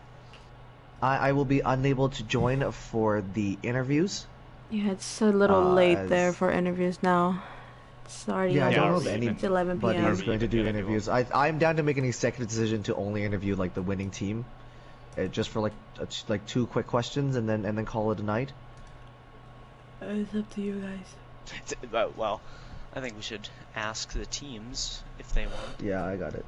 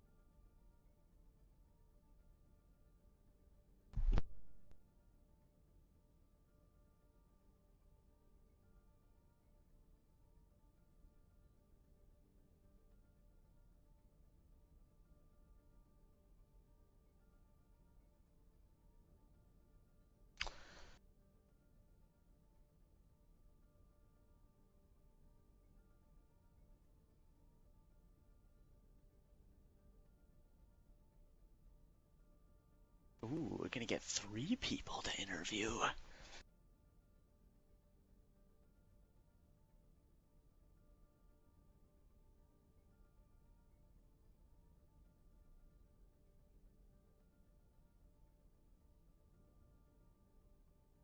Also happy to announce that we hit 3 hours on this broadcast. Yeah, I don't think it it's the was, longest broadcast we've seen on this account. I think that'd be Kitty and I doing the Widow 1v1. That was 4.5 hours. It's also not the longest I've been on air consecutively. It hit 7.5 hours, but to be fair, I was paid money to do that. But forget about me, Richard, Mad Dragon, and Uravity. You guys are tier 3 champions. How does it feel? Dude, it's great. I just want to go to bed, but I'm so happy. As do we, but no. So I mean, just real quick, I just before we go into talk to me a little bit more about how you're feeling, what it sounded like in the party right after. How are the celebrations? We were yelling a lot. There was lots of yelling happened. Oh, Richard, you tired? Okay. I'm very. The whole time. No, So the whole time, what I was telling them was that we're gonna go shit in their pants. ooh, language Wait, trigger. we're still we're on stream. stream. Yeah. There goes my keep it clean, $1,000 fine. kids. Okay. Me and Maggie gonna get slapped on the last game of the season. Thanks, Richard. All right. Some real serious, big time grown up questions. So you guys started very strongly on the first map. Second map looked okay, and then just kind of I'm gonna be honest, spaghetti was spilled a little bit right as you come into Eichenwald and then Volskaya. At 2-2, what was the mood? What was the vibe? Is it a Stardust game if we don't drop our spaghetti at some point? No, I think we kept our mental up really well. It was little mistakes we did that made us lose, so we weren't too worried about it. Richard, you got something you want to add? Yeah, I mean we were just adjusting to playstyles. Like they obviously brought in a ton more spam. Yeah. Rather than playing hit scan and tracer. So I mean that's just a big adjustment. So it took us off guard a little bit, but we adjusted to what we needed to do.